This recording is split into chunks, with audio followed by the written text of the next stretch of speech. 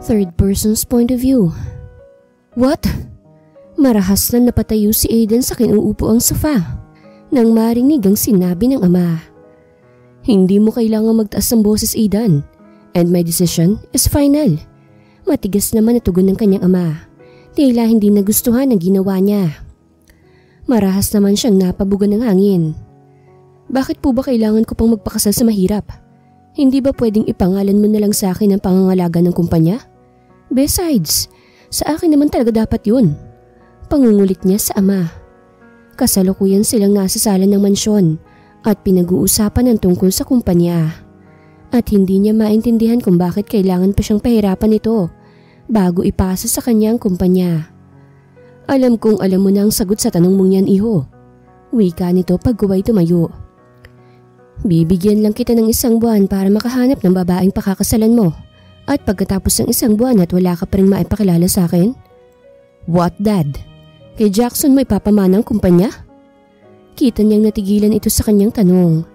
Maging ang stepmother at stepbrother niya na naroon din kasama nila ay natahimik din sa kanyang tanong. Mariin muna siyang pinakatitigan ng ama bago ito sumagot. Yes, iho. Lahat ng naipundar at pinaghirapan namin ng mami mo ay sa pangalan lahat ni Jackson mapupunta. And that is final. Matigas na tugon nito bago siya tinalikuran at iniwan silang tahimik sa salas. What the heck? Mahina siyang napamura. Pagkuway mariing tinitigan ng 2 taong sampid sa buhay nilang mag-ama. Tahimik lang din ang mga ito pero sigurado siyang lihim na ngayon nagdiriwang ang madrasta. Sa mukha pa lang kasi ng ginang ay halata ng plastik ito at pera lang ang habol sa kanyang ama. Mariin siyang napailing bago padabog na pumanhik sa kanyang silid. Ang aga-aga pa pero mukhang maghapon yata siyang mababadrip.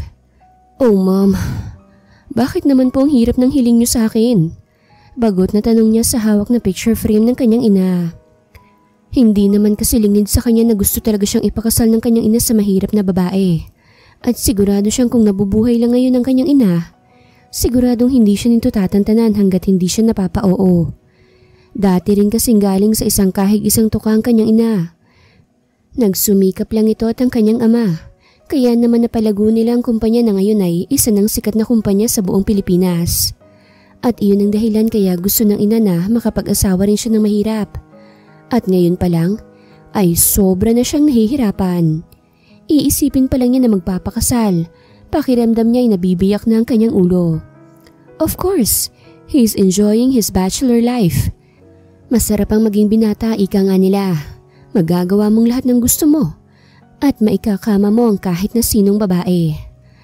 At sa katulad ni Aiden Montalban na hindi yata kayang mabuhay ng walang babae, ay talagang parusa na sa kanya ang salitang kasal. Isa pa, iniisip niya ngayon ay kung sino pa ba ang pakakasalan niya. May trauma pa naman siya sa mahihirap. Of course, dahil ilang beses na siyang nananakawan. Kasalukuyang nagsusuklay ng buhok si Sanya sa harapan ng salamin. Nang marinig ang boses ng ina. Hoy Sanya, ano na naman tong naririnig ko na may kasama ka raw lalaki kagabi? Hinatid ka pa raw dyan sa labas ng bahay. Napahinto siya sa ginagawa at saglit na nilingon ng ina. Tss, hindi ka na nasanay sa mga kapitbahay nating chismosa, Nay? Palagi naman nila akong chinichismis. Nakairap niyang tugon habang nananatili pa rin nakaharap sa salamin. Late na nga siya sa trabaho niya. Mukhang mas malilate pa yata siya. Iba pa naman magsermon ng kanyang ina. Talaga nga abutin ng 1 oras. Di totoo nga. Sino yon? Pumunta pa ito sa harap niya. Pagkuway malakas siyang tinapik sa balikat. Napangiwi naman siya sa sakit. Aray naman, nanay. Ikaw talaga, Sanya. Sinabi ko sa'yo, ang hirap ng buhay ngayon. Tapos maglalandi ka lang? Hindi niya ito pinatapos sa pagsasalita dahil kaagad niya itong sinanggaban ng yakap. Nanay naman, wala ka po bang tiwala sa akin? Wala po akong nobyo. Manliligaw meron. Pero asa namang sasagutin ko sila? Mayaman lang kaya ang gusto ko. Aray! Hindi niya rin nagawang tapusin pa ang sasabihin ng pingutin nito ang kanyang ilong. Tigilan mo ko, Sanya, ha? Kahit mayaman pa yan, huwag ka muna magsyota. Opo, Nay. Promise. Uunahin kong makaipon para makabalik na ako sa pag-aaral ko. Pero kung may gwapo at mayaman man na magkakamali, syempre naman papatusin ko kagad yun. Wika niya sabay karipas ng takbo, palabas ng bahay. Sanya, bumalik ka rito. Loko ka talagang bata ka. Aalis na po ako. Malilate na ako sa trabaho eh. Bye-bye. I love you, Nay. Pabalik na sigaw niya habang malalaki ang hakbang na tinungo ang labasan. Hindi siya pwedeng malate sa trabaho, lalo na't palagi na lang siyang pinag-iinitan ng kanyang amo. Baka tuluyan na siyang tanggalin nito sa trabaho at hindi yun pwedeng mangyari. Yun lang kasi ang trabahong meron siya. Sakto lang ang buhay ni Sanya. Ang kanyang tatay ay sa junk shop nagtatrabaho. Ang nanay niya naman ay pa-extra-extra lang sa paglalabada. 7 silang magkakapatid at pangatlo siya. Yung 2 panganay ay may sarili ng pamilya. Tapos siya, huminto sa pag-aaral para makatulong sa gastusin. Nag-aaral pa kasi ang 4 niyang nakababatang kapatid. Kaya talagang kailangan niyang isakripisyo ang sariling kagustuhan. Kaya nga nangako siya sa sarili na talagang mayaman ang kanyang aasawahin. Hindi siya gagaya sa mga kababata niyang parehas lang ding isang kahig isang tuka ang inaasawa. Ang hirap kaya ng buhay ngayon. Isa pang mahal na mga bilihin. Kaya kailangan talagang maging praktikal sa buhay. Hi Ate Lorraine! Bati ni Sanya sa kanyang boss nang makasalubong ito. Sa night market siya nagtatrabaho.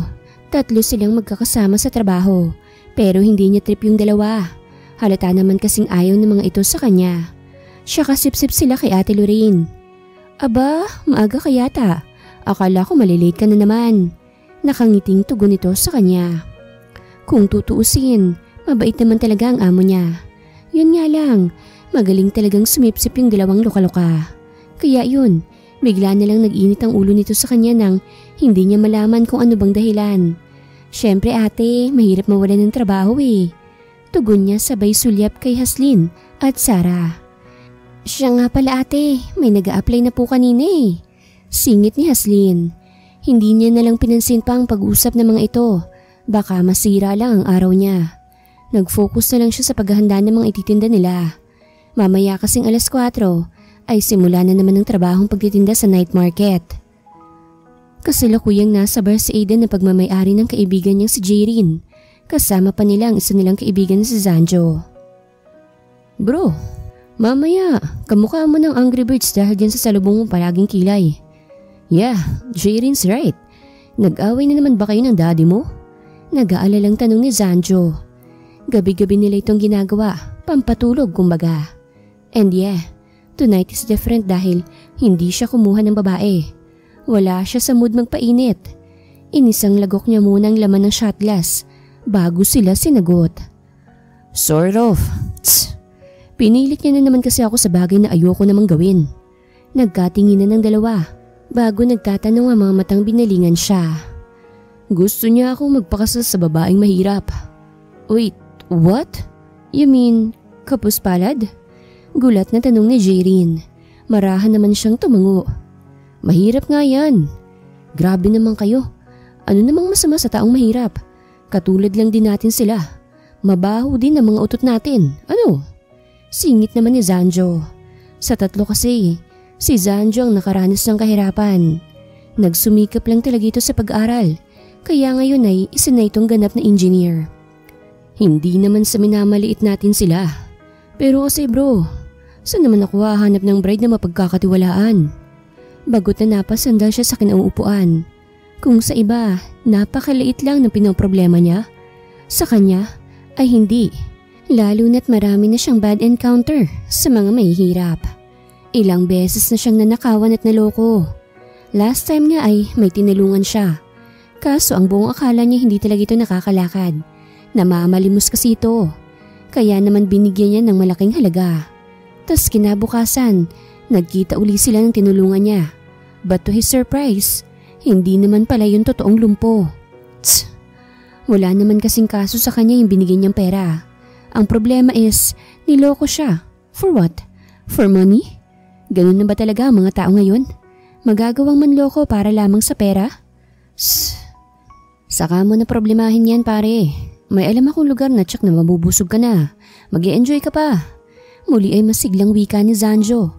Kunot noong binalingan niya ito. Saan naman? Ay naku bro, sinasabi ko na sa inyo kanina pa. Wala nga ako sa mood mang babae ngayon. Ibang ka na talaga, Aidan. Kapag pagkain, babae ka agad. Palatak naman ni Jerry na ikinatawa naman ni Zanjo. Sumama ka lang sa amin. We'll make sure na mag-e-enjoy ka. Tsaka malay mo naman, nandun rin ang babaeng makakatulong sa'yo. Makahulugang saan ni Zanjo. Saan nga kasi? Sa night market. Halos magkasabay na tugon ng mga ito. Lalo pang napakunot ang kanyang noo sa tinuran ng mga ito. Ngunit sa huli ay sumunod na rin lang siya sa mga kaibigan. Maingay na paligid, iba't ibang amoy ng mga pagkain at magkakadikit na stool ng tindahan ng bumungad kay Aidan nang makarating sila sa tinatawag na night market. Maliwanag at marami ring tao sa paligid. Base sa mga mukha ng mga tao ay masasaya sila at talagang nag-e-enjoy sa mga kinakain.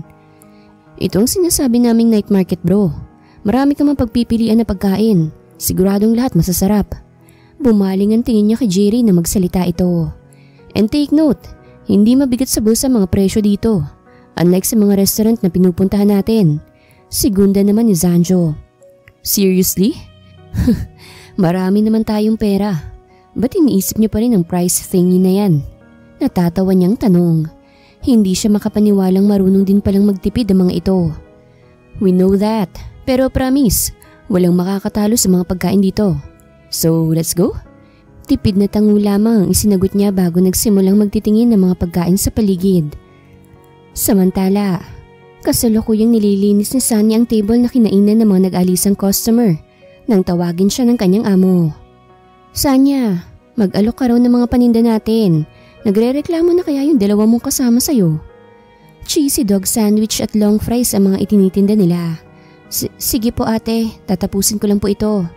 O sige, bilisan mo, pati yung pagkilos mo. Marahang tango na lang itinugon niya at nagmamadali na sa ginagawa. Lihim pa siyang napabuntong hininga. Matagal na talaga niyang napapansin na mainit ang ulo sa kanya nila Haslin, maging ng kanyang amo. Lahat na lang ng gawin niya ay napupuna. Pero no choice naman kasi siya kundi magtiis. Mahirap na kayang mawalan ng trabaho. Ang dami pang requirements na kailangan kung mag-a-apply pa siya sa iba. Nang matapos sa kanyang ginagawa, ay bumalik na siya sa harap ng tindahan at nag-umpisang mag-alok ng mga paninda. Mga kuyang pogi, bili na po kayo. Hotdog sandwich. Try nyo na po, masarap siya. Sir, long fries po, bili na po kayo. Ilan lang yan sa mga sinasabi ng dalawa niyang kasama. Sa tagal niyang nagtitinda, ay nasanay na rin siyang tumawag ng mga customers. Hi kuya, bili na po kayo. Try nyo na po. Masarap pong mga paninda namin.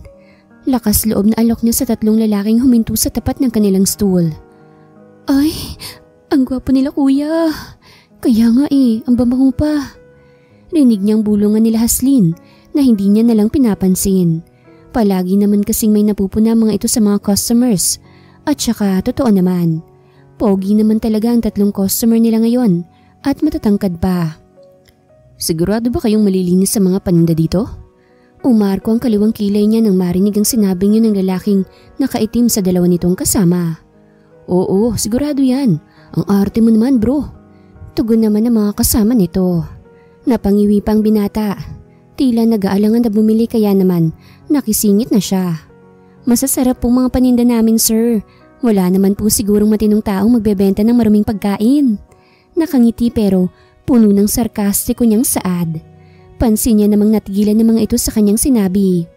Sayang, magpapakyut pa sana siya dahil mukhang mayayaman ng mga ito. Pero wag na lang, mukhang mayayabang din na maaarte. Ay naku mga sir, pasensya na po kayo sa kasama namin. Singit ni Haslin na halata namang kanina pa nagpapakyut. Kaya nga po mga sir, pero sure po talaga na masarap ang mga paninda namin. Segunda naman ni Sarah na pagkuway inirapan siya. Sa likod ka na nga lang Sanya. Pagdataray sa kanya ni Haslin, napapabuntong hininga na lang na sumunod siya. Sinabi pa naman niya kanina sa sarili na dapat happy-happy lang pero mukhang hindi yun mangyayari pa. Kita niya naman sa gilid ng kanyang mga mata na umorder din ng 3 binata at nag-dine-in pa talaga. Oh, Sanya, iserve mo na sa kanila. And please lang, wag mo namang sungitan ng mga customers natin. Mahina ngunit mariing bulong ni Lorraine sa kanya. Pasensya na po ate. Hinging paumanhin niya bago kinuha ang tray na naglalaman ng mga orders. Habang papalapit sa table ng tatlo, ay hindi niya maiwasang huwag mailang. At sino ba naman kasing hindi maiilang kapag gwapong lalaking nakatitig sa'yo? And yes, aaminin niyang sa tatlong lalaking nakaupo sa table at naghihintay sa kanyang paglapit, ay mas nag-uumapaw talaga ang kagwapuhan ng lalaking naka-black shirt. Mula sa makakapal na kilay, mga matang kapag tiningnan ka ay talagang mangangatog ang tuhod mo, matangos na ilong at mapupulang mga labi. Lihim siyang napamura, kasabay ng pagpikit ng mariin nang mapatingin sa labi nito. Bakit naman kasi tilay nang aakit yun na halikan niya? Eto na po ang order nyo. Pilit nang initian niya ang mga ito. Pagkuway marahang ipinatong ang tray sa ibabaw ng lamesa. Thank you, miss. And by the way, we're sorry kung na-offend ka ng kaibigan namin kanina. Sincere na wika ng lalaking mistisuhin. Yeah, miss. Ito kasi ang unang beses na nakapunta sa ganitong lugar ang kaibigan namin. Alam mo na, bilyonaryo kasi. Segunda naman ang morenong lalaki. Hindi naman nakaligtas sa kanyang pandinig ang mahinang pag-tss ng lalaking maarte. Mayabang talaga. Ayos lang po yun mga sir. Sige po, enjoy your food. Muli ay binigyan niya ng matamis na ngiti ang dalawa. Sabay irap naman sa lalaking mayabang. Mukhang naiinis talaga sa'yo si Miss Cutie. Hindi na mabilang ni Aiden kung ilang beses na sinabi ni Zanjo ang katagang yun. At alam niya naman yun. Base sa mga tingin at pag-irap ng dalaga sa kanya pero hindi naman siya masisisi ng mga ito. Masama ba yung naninigurado lang siya? Try mo kayang mag-sorry sa kanya. Tsaka alam mo, napapaisip lang ako Pwedeng siyang maging bride mo. Bride what? Napatayo pa siya sa gulat kaya napatingin na rin sa kanila ang iba pang mga naka-dine-in. Relax bro, maupo ka nga. Saway na rin ni Jaylin. Tinapunan ni Aiden ang masamang tingin ng dalawa bago naupo. Ano ba kasing sinasabi mo dyan, Jaylin? Tss, tanong niya. Pagkuway ibinaling na lang sa hotdog sandwich ang inis na nararamdaman. Naalala ko lang kasi bro na namomroblema ka sa pag-iisip kung sinong magiging bride mo. At siya, pinutol nitong sasabihin at saglit na tinapunan ng tingin ang mataray na babae kanina. Kung hindi siya nagkakamali, her name is Sanya. Iyon kasi ang nakalagay na pangalan sa uniform na suot nito. That girl. Siya lang nakita kong babae na hindi man lang naaapektuhan sa'yo. Tignan mo nga at sinusungitan ka pa kanina. Pagpapatuloy pa rin ni Jaylin. Tama ka nga Jaylin. Napansin ko rin yun kanina Segunda ni Zanjo na busy sa kinakain. Wala sa sariling tinapunan niya lang din ng tingin ang babaeng tinitignan ng mga ito. Naka-side view ang dalaga sa kanila at kasalukuyang nakikipag-usap sa mga customers. And yes, Jaylin is right. Siguro ay kaya din siya naiinis ngayon dahil ito ang unang beses na may babaeng nambarat nagsungit sa kanya.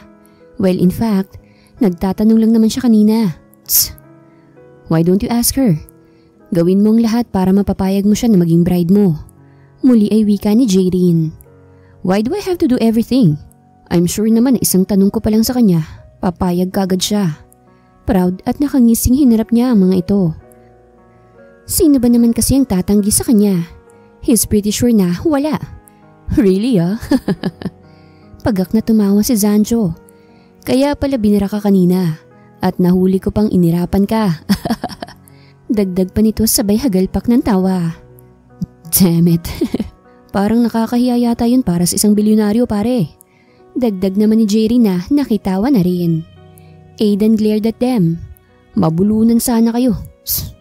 He hissed. I'll make sure na pagtirik na ng matang kasunod na gagawin niya sa akin. Pilyo niyang saad pagkuway muling sinulyapan ng dalaga. What the?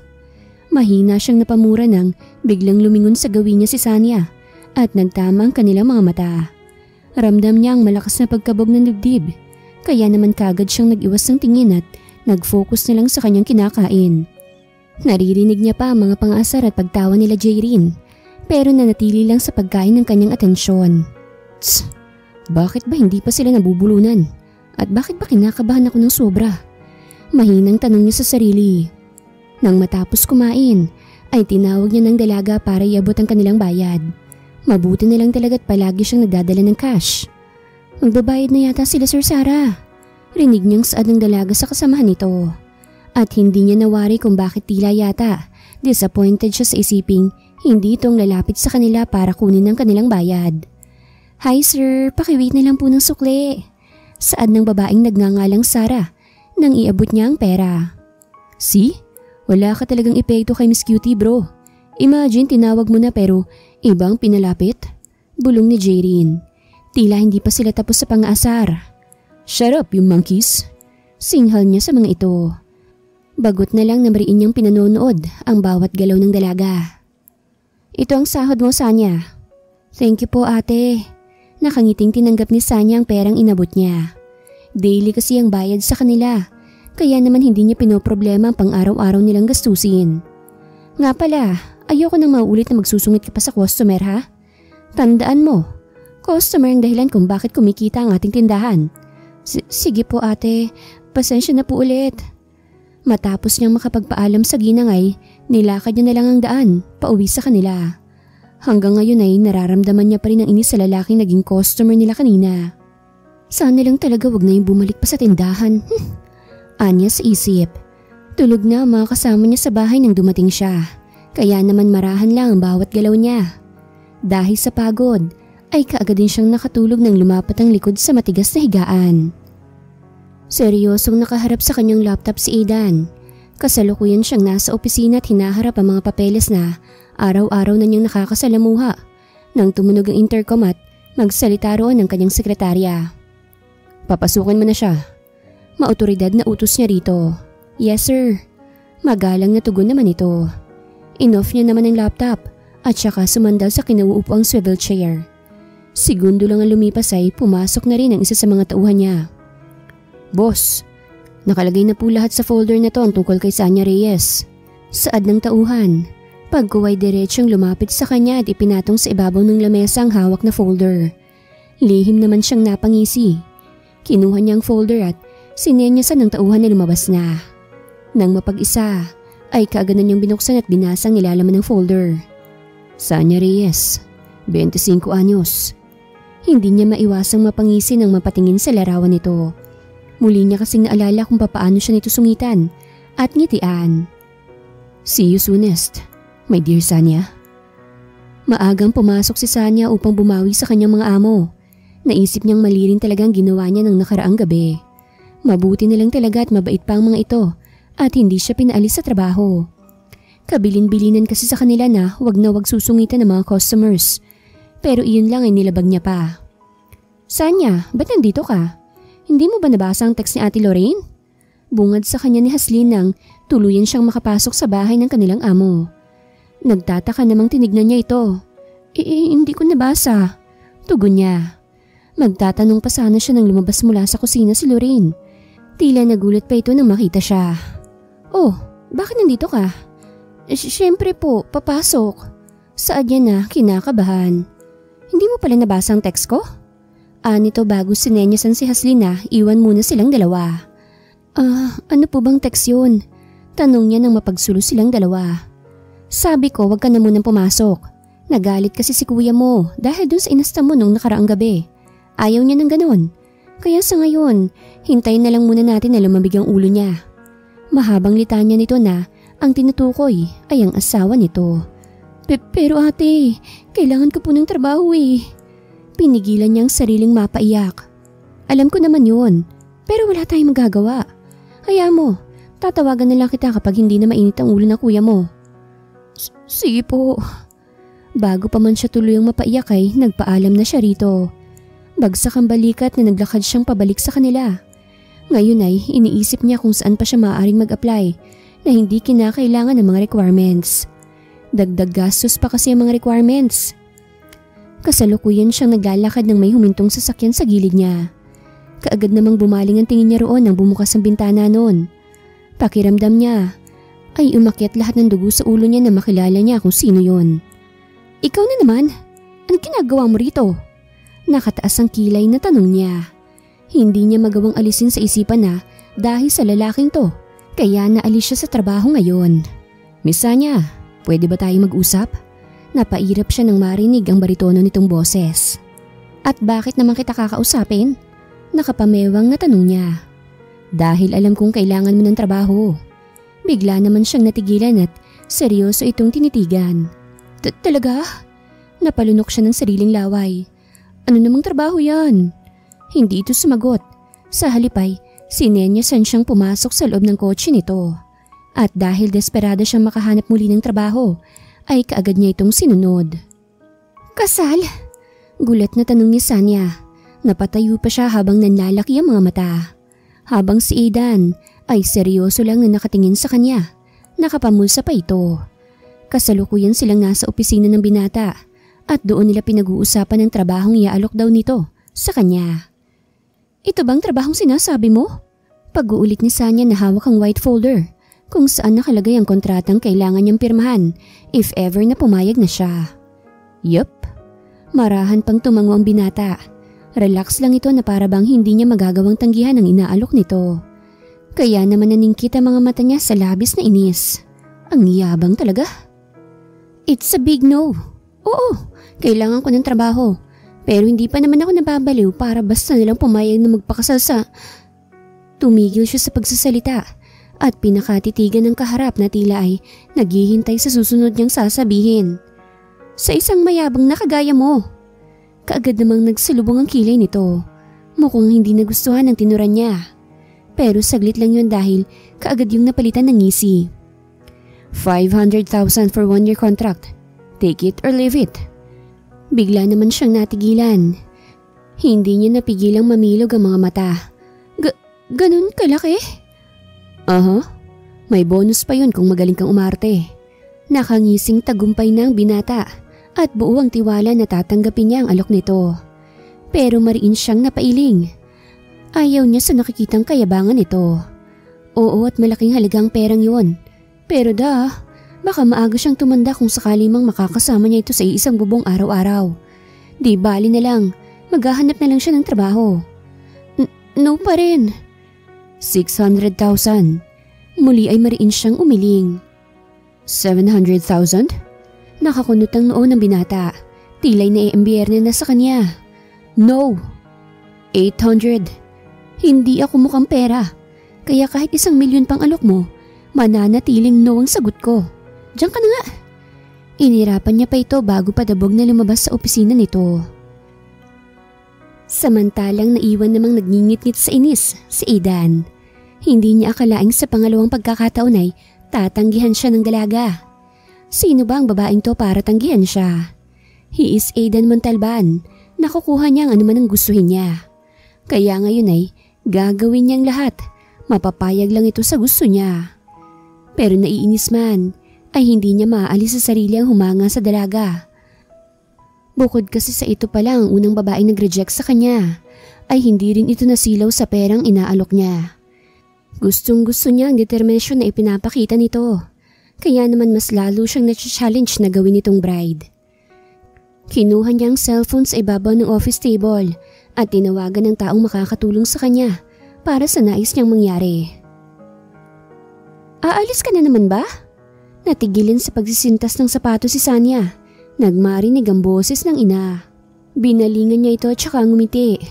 Opo, Nay. Maghahanap ulit ako ng trabaho. Anya at muling itinuloy ang ginagawa. Araw-araw ka nilang umaalis Magpahinga ka muna rito sa bahay. Kahihimigan ng pag-aalala ang boses nito. Hindi pwede, Nay Sayang ang araw. At saka may kasabihan po na try and try until you die. Nang matapos ay tumayo na siya at humarap naman sa salamin. Maaga siyang kumilos para marami siyang mapupuntahan ng mga hiring. Tapos, bigla kang namatay. Napanguso siya sa tinuran ng ina. Nay naman.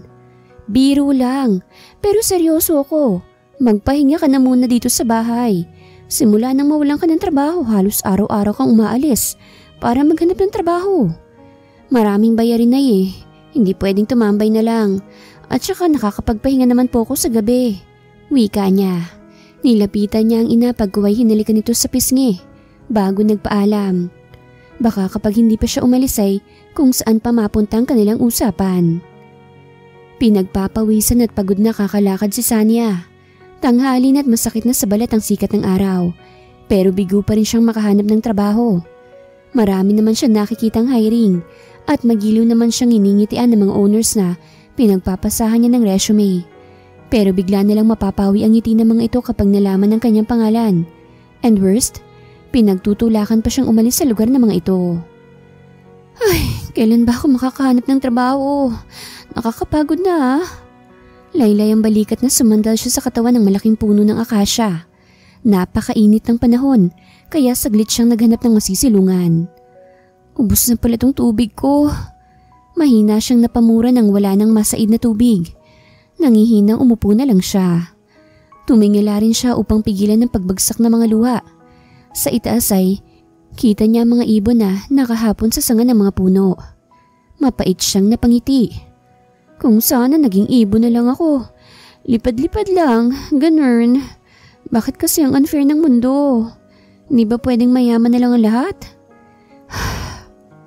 Malalim siyang napabuntong hininga bago bahagyang natawa sa sarili. Nababaliw na siguro siya. At sino ba namang hindi mababaliw? Ilang araw na kaya siyang nalilipasan ng gutom at palaging stress sa paghahanap ng trabaho. Ilang minuto pa siyang nanatili doon bago nagpa siyang tumayo at muling ipagpatuloy ang paghahanap ng trabaho. Sa kabilang dako naman ay mahigpit na nakakuyom ang kamao ni Aidan habang mariing pinagmamasdan ng dalaga.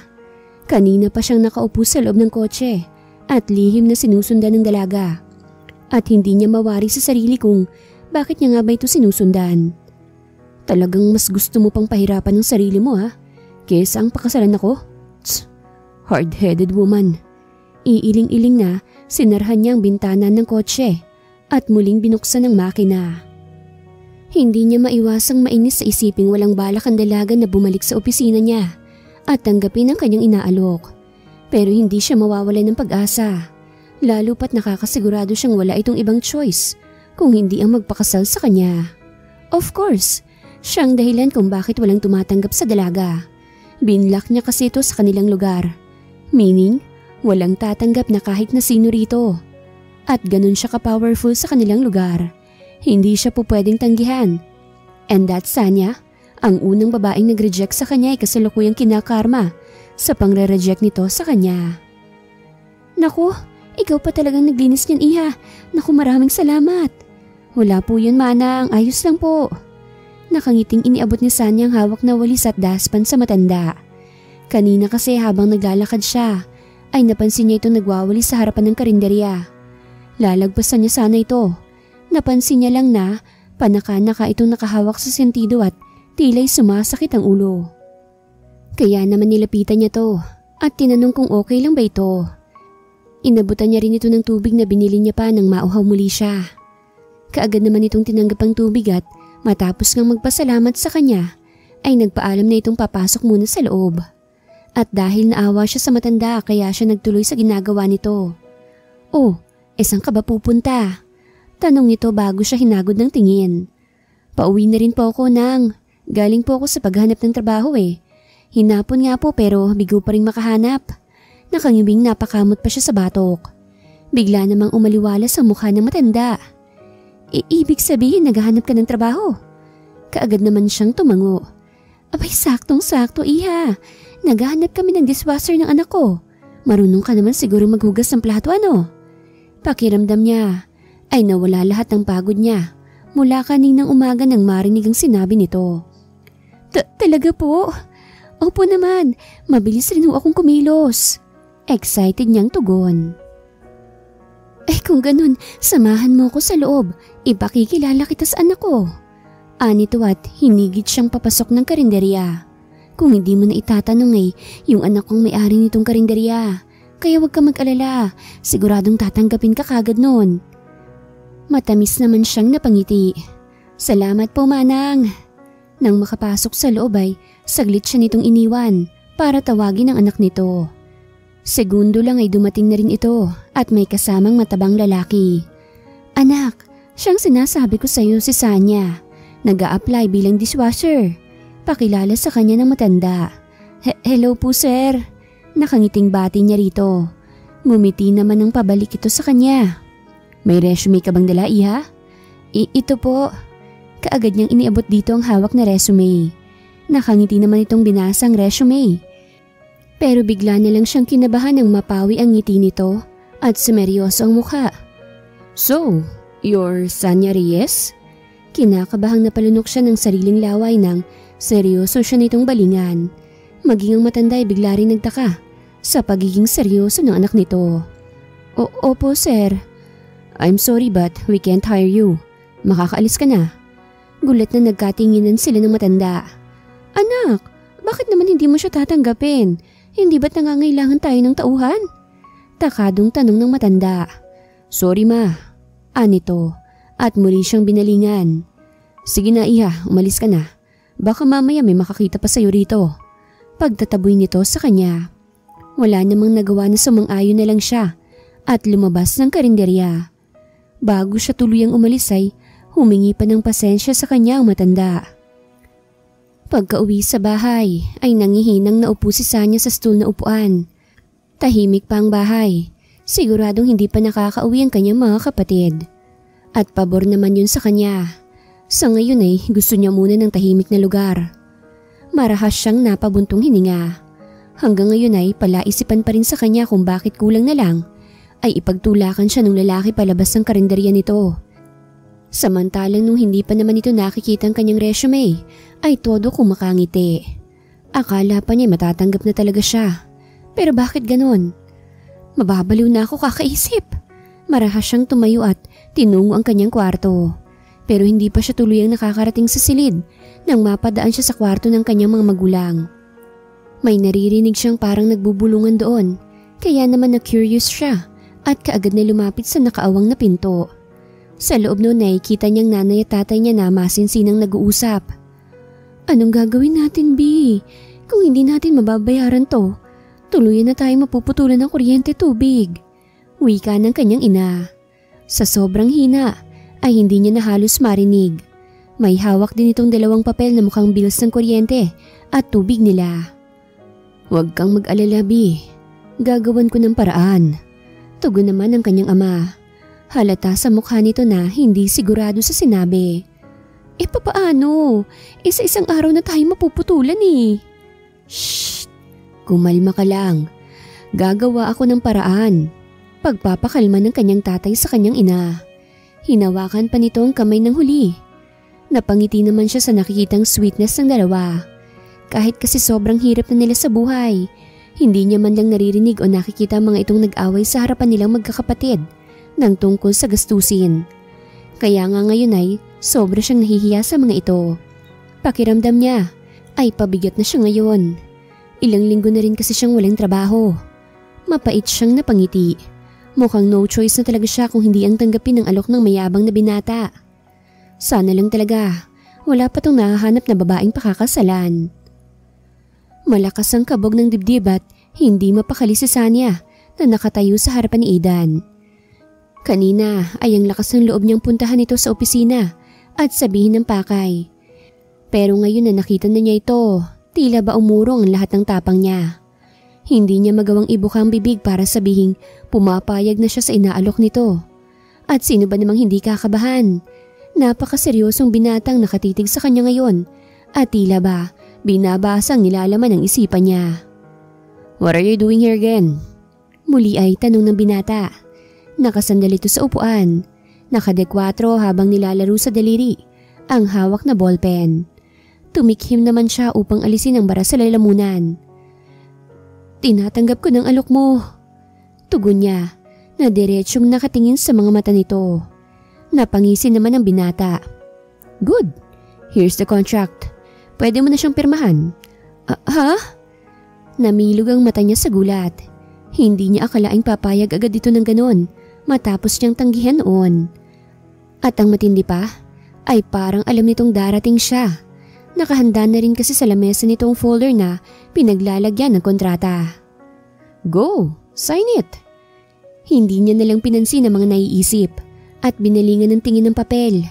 Binasa niya muna yun and so far, wala namang nakasulat doon na hindi niya nagustuhan.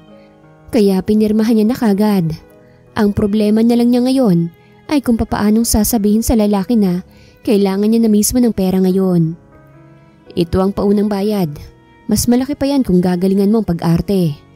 Napatingin siya sa makapal na sobrang ipinatong nito sa ibabaw ng lamesa. Nahihiya namang kinuha niya yon pero Hindi niya sinilip ang laman. Salamat. Saan niya?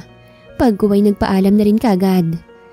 May 1 linggo pa siyang natitira para mag-enjoy kasamang pamilya. Hindi niya rin alam kung papaanong sasabihin sa magulang ang biglaan niyang pagpapakasal. Ang alam pa naman ng mga ito ay wala siyang nobyo. Ang sarap naman po nito, ate. Sana lagi na lang ganitong ulam natin. Oo nga, ate. Feeling kong yaman natin kasi nakakakook pa po tayo. Saad ng mga kapatid niya habang magkakasalo silang kumain ng hapunan. Bahagya naman siyang natawa. Pero hindi niya pa rin maiwasang huwag kabahan sa tingin ng mga magulang niya sa kanya. Nanunuri kasi ang tingin ng mga ito sa kanya. Nang matapos kumain ay kaagad siyang hinigit ng ina palabas ng bahay nila. Magtapat ka nga sa amin. Saan mo talaga nakuhang malaking pera na yon? Mahina ngunit mariing tanong ng ina. Ang tatay naman niya ay nakatingin lang sa kanila. Nakakita nga po ako ng bag sa daan na puno ng alahas. Ibinili ko po sa may-ari at sa sobrang tuwa, binigyan po ako ng reward. Mahabang litanya niya. Lihim siyang napadasal na sana wag siyang maglaho ngayon sa kinatatayuan. Nagsisinungaling na naman kasi siya sa pangalawang pagkakataon. Nagkatinginan naman ang mag-asawa at tila hindi pa rin kumbinsido sa kanyang sinabi. Wala po ba kayong tiwala sa anak nyo? Napalabi siya. Meron naman sa niya. Wala talaga. 20 pesos nga kinukupit mo pa eh. Yun pa kayang alahas? Pairap naman na saad ng kanyang ina. Pagak naman siyang natawa. Nay naman, iba namang usapan yun eh. Basta. Siguraduhin mo lang na hindi ka nagsisinungaling. Hindi namin kayo pinalaki para lang lokohin kaming magulang nyo. Maotoridad na wika nito bago sila iniwan. Pasensya ka na sa inay mo, Sanya. Hindi mo naman yan masisisi. Masyadong malaking ibinigay mong pera sa amin. Kaya hindi maiiwasan na mag-isip siya ng masama. Mahinahong wika ng kanyang tatay. Tipid naman niyang initian ito. Kung may terror talaga sa kanila, ang nanay nila yon. Pero naiintindihan naman niya yon. Sobra lang talaga silang mahal nito. Kaya nga sobra siyang nahihirapan kung papaanong sasabihin ang tungkol sa kanila ni Aidan. Ayos lang po, tay. Naintindihan ko. Pero maniwala po kayo. Wala naman po akong ginagawang masama. Nasa kalagitnaan ng pagtulog si Sanya nang magising ng dahil sa magkakasunod na katok mula sa labas ng kanyang silid. Ate, gising na. May bisita ka. Saad ng kapatid niya. Nakulang na lang ay wasakin ng pintuan. Gising na ako talaga. Pasigaw niyang tugon at kaagad na tinungo ang pintuan. Inis na binuksan niya ang pinto at busangot na tinignan ng kapatid. Ano bang meron? Sorry ate, kasi yung boyfriend mo nasa sala. Kinakabahan ako baka hatawin ni nanay ng tambo. Nakapisay na wika ni Sarah. Boyfriend? Saglit siyang natigilan at pilit inaalala kung kailan pa nga siya nagkaroon ng nobyo. Oo ate, si kuya. Shit! Namilog ang mata niya sa gulat nang maalala ang usapan nila ni Aidan. Nagsabi nga palang binata na pupuntahan siya nito. Hindi na siya nag-aksaya pang sulyapan ng sarili sa salamin dahil kaagad na siyang lumabas ng silid at mabilis na tinungo ang salas. Doon ay natagpuan niya ang ama't ina na matamang nakatingin kay Aidan. Kailan ka nga ulit sinagot ng anak ko? Rinig niyang tanong ng kanyang nanay. Pakiramdam tuloy nila'y nasa korte sila. Abogado ang kanyang ina at si Aidan naman ang sasakdal kung makatanong ito. Nanay! Singit niya sa mga ito.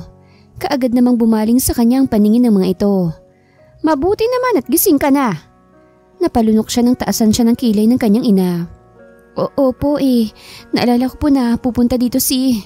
Hi honey, kanina pa kitang tinatawagan pero hindi ka naman sumasagot. Kaya dumiretso na ako dito sa inyo. Nag-alala na kasi ako sa iyo Tumayo ang binata at nilapitan siya. Napasingha pa siya nang hawakan nito ang kamay niya. Sanya, mag-uusap tayo mamaya Sa ngayon hayaan mo muna kami magkakilala nitong nobyo mo. Nobyo mo raw. Anya ng kanyang ina na diniinan pa ang huling salitang sinabi. Ano bang ginagawa mo rito? Hindi mo man lang hinintay na tawagan kita. Mahinang bulong ni Sanya kay Aidan nang mapagsulo silang dalawa sa salas. Marami akong ginagawa para intayin pa ang tawag mo. And besides, usapan na natin ngayong araw ako pupunta rito. Sana naman hindi mo kinalimutan. Napairap siya. Napakayabang talaga. Sinasabi mo bang kasalanan ko pa? Ikaw ang nagsabi niyan. Kibit balikat nitong wika. Anyway, prepare yourself. Dahil mamaya ipapakilala na kita kay Daddy. Kaagad namilog ang mata niya sa gulat. Ano? Bakit ang bilis naman yata? Malapit nang matapos ang isang buwan na binigay niya sa akin. Kaya dapat maikasal na tayo within this week. Binundol siya ng matinding kaba. Sa isiping malapit na siyang ikasal. Pero hindi pa nga siya nakakapagsabi sa kanyang mga magulang ay para na siyang inililibing ng buhay. Paano niya nga ba ipapaalam sa kanyang magulang na ikakasal na siya? Ngayon pa nga lang na may pinakilala siyang nobyo, hindi na naniniwala ang mga ito. What more pa kaya kung sabihin niyang ikakasal na siya? Tulad nga ng sinabi ni Aidan, ay sinundo niya si Sanya kinagabihan sa bahay nito. Buong oras ng biyahe ay tahimik lang si Sanya at malalim ang iniisip. Pinagpapawisan din siya. Mayaman kasi ang binata, kaya hindi maalis sa kanyang isipan na baka masama ang ugali ng magulang nito. Mabuti na nga lang talaga't nakahiram siya sa kanilang kapitbahay ng dress. Kahit papaano ay nagmukha siyang may pinag-aralan dahil sa suot niya. Kinapalan din niya ang lipstick para hindi siya kagad mamutla kapag nakaharap na ang pamilya ng binata. We're here. Ang malalim na boses ni Aidan ang nakapagpabalik sa kanya sa realidad. Nang sumilip siya sa labas ng bintana ng kotse ay kaagad na bumungad sa kanyang napakalaking brown na gate na kasalukuyan ng bumubukas. Hindi nga siya nagkamali ng iniisip. Talagang mayaman nga ito. Handa na niyang isipin na swerte pa rin siya dahil gwapo, matangkad at mayaman ng binata. Kaso nga lang ay mayabang, kaya hindi pa rin siya nakakampante. Huwag kang mag-alala, mabait si Daddy. Ang kailangan mo lang gawin ay maging sweet sa akin. At kung pwede, lambingan mo rin naman yung boses mo. Hindi yung parang palagi kang naghahamon ng away sa kanto. Kaagad niya itong nilingon at pinaningkitan ng mga mata. Ang yabang mong magsalita ha? Oh, tulad niyan. Pwede ba? Babaan mo naman ang boses mo. Paano maniniwala si Daddy sa atin yan? Bakit kinuha mo pa ako? Pwede ka namang maghanap ng ibang babae dyan. Napapahalukip-kip na siya sa inis. Do you really wanna know kung bakit ikaw napili kong pakasalan? Natahimik siya nang biglang sumeryoso ang boses nito. Dahil ikaw lang ang tanging babaeng hindi nagpakita sa akin ng interes. Mataman siya nitong tinitigan. Kaya alam kong hindi ka may in love sa akin. Tama? And don't you ever dare to fall in love with me. Napaiwas siya ng tingin. Pakiramdam niya ay hinihigop ng mga mata nito ang lakas niya. Oo naman. Tumikhim siya upang alisin ang bara sa lalamunan. At bakit naman ako may in love sa'yo? Tama. Bakit nga ba siya may in love sa lalaking to? Kung magiging sweet man siya rito, ay dahil lamang sa pera. Pera lang mahalaga sa kanya ngayon. Saan ka pupunta? Tanong ni Sanya kay Aidan nang akma itong tatayo. Kasalukuyan silang nasa salas ng mansyon nito at kanina pa siyang naririndi sa katahimikan. Stay here. May kukunin lang ako sa kwarto. Don't worry, mabilis lang ako. And parating na rin naman sila Daddy. Matamis pa siya nitong initian, kaya naman marahan na lang siyang napatango. Sige, basta mabilis ka lang ha. Kaagad namang tumalima si Aidan paalis. Gusto pa sanang itanong ni Sanya kung nasaan ang mami nito. Kanina niya pa kasi napapansin na puro Daddy lang palagi ang bukang bibig nito. Pero pinili niya na lang na manahimik. Wala naman siya sa lugar para malaman pa yon. And besides, hindi naman porket ikakasal na sila, ay kailangan na niyang malaman ang lahat ng tungkol sa binata. Manang, nasan po dito yung banyo? Tanong niya nang sa wakas sa may dumating na katulong. Kanina pa kasi siya nakakaramdam ng tawag ng kalikasan. Ganun na siguro talaga siya kapag kinakabahan. Kaagad namang itinuro ng katulong sa kanya kung nasaan ang banyo at nagpaalam na rin kaagad. Ay, nakaihi rin. Matapos umihi ay saglit pang sinulyapan ni Sanya ang sarili sa harapan ng salamin bago nang pa siyang lumabas ng CR. Pabalik na siya ng salas nang mabunggo siya sa matigas na bagay. Aray! Nakangiwing hinaplos niya ang noo. Sorry, hindi kita nakita. Saad ng taong nakabangga niya. Kusang umangat ang mukha niya para tignan ito. At kulang na lang ay tumulo ng laway niya nang masilayan ang kagwapuhan nito. Sa dibdib pala nito siya bumangga, kaya matigas. Ayos lang, hindi rin naman ako nakatingin sa dinadaanan ko eh. Nahihiyang napangiti siya. Who are you by the way? Ngayon lang kita nakita dito sa mansyon. Tanong nito habang nanunuri siyang tinitignan. I'm Sanya. Kasama ko si Aidan. Bigla namang napawi ang ngiti nito sa labi at napalitan ng pagiging seryoso. Ikaw sigurang fiancé niya? Marahang napatango na lang siya. Naiilang na kasi siya sa klase ng tingin nito. Tila ba ine-inspeksyon ng buo niyang pagkatao. Nice to meet you. Anyway, kung pupunta ka na sa dining, pwede na tayong magsabay. Doon din ang punta ko. Sige. Hindi niya mawari pero bigla na lang siyang nakaramdam ng kaba. Ewan, baka nag-overacting lang siya. Nang makarating sina Sanya sa dining, ay saktong naroroon si Aidan. Kausap nitong ama habang tahimik lang ang ginang. Dad, Mom! Agaw pansin ni Jackson, dahilan para bumaling sa kanila ang tingin ng lahat. Nagsalubong pa ang kilay ni Aidan nang mapatingin sa kanya. Kaagad namang tumayo ang may edad na lalaki. Jackson, hindi mo naman sinabing magdadala ka rin pala ng girlfriend. She's my fiancé. Tumahimik ang lahat nang marahas na tumayo si Aidan at lumapit sa kanya. Hindi pa maiwasang mapalunok ni Sanya nang makitang madilim na aura ng binata habang papalapit sa kanya. Siyang fiancé mo? Tila nagbulat naman ang ama nito. Yes, Dad. Nakita ko lang din siya sa hallway kaya sinabay ko na sa akin. Nakangiting tugon ni Jackson. Pansin niya naman ang lalong pagdilim ng aura ni Aidan. Saan ka ba kasi nagsususuot? Mahina ngunit mariing tanong ni Aidan sa kanya. Umihi lang naman ako. Pabulong din niyang tugon. Hindi niya maiwasang mainis. Imbis kasi naayain siya nitong maupo, heto at tila'y pinapagalitan pa siya. Pwede mo na ba siyang ipakilala sa amin, iho? Tanong naman ng ginang. Pansin niyang may hawig ito kay Jackson. Siguro ay ito na rin ang mami ni Aidan. Like what I've said, she's my fiancé. And this week, plano na naming magpakasal. Napasinghap siya. Kung makapagsalita ang binata ay parang hindi nito magulang ang mga kaharap. Proud at taas noo ito habang nagsasalita. Lalo tuloy itong yumayabang sa paningin niya. So, Iha, can you tell us about yourself? Saan ka ba nakatira? Natigilan sa pagkain si Sanya nang marinig ang tanong ng ginang.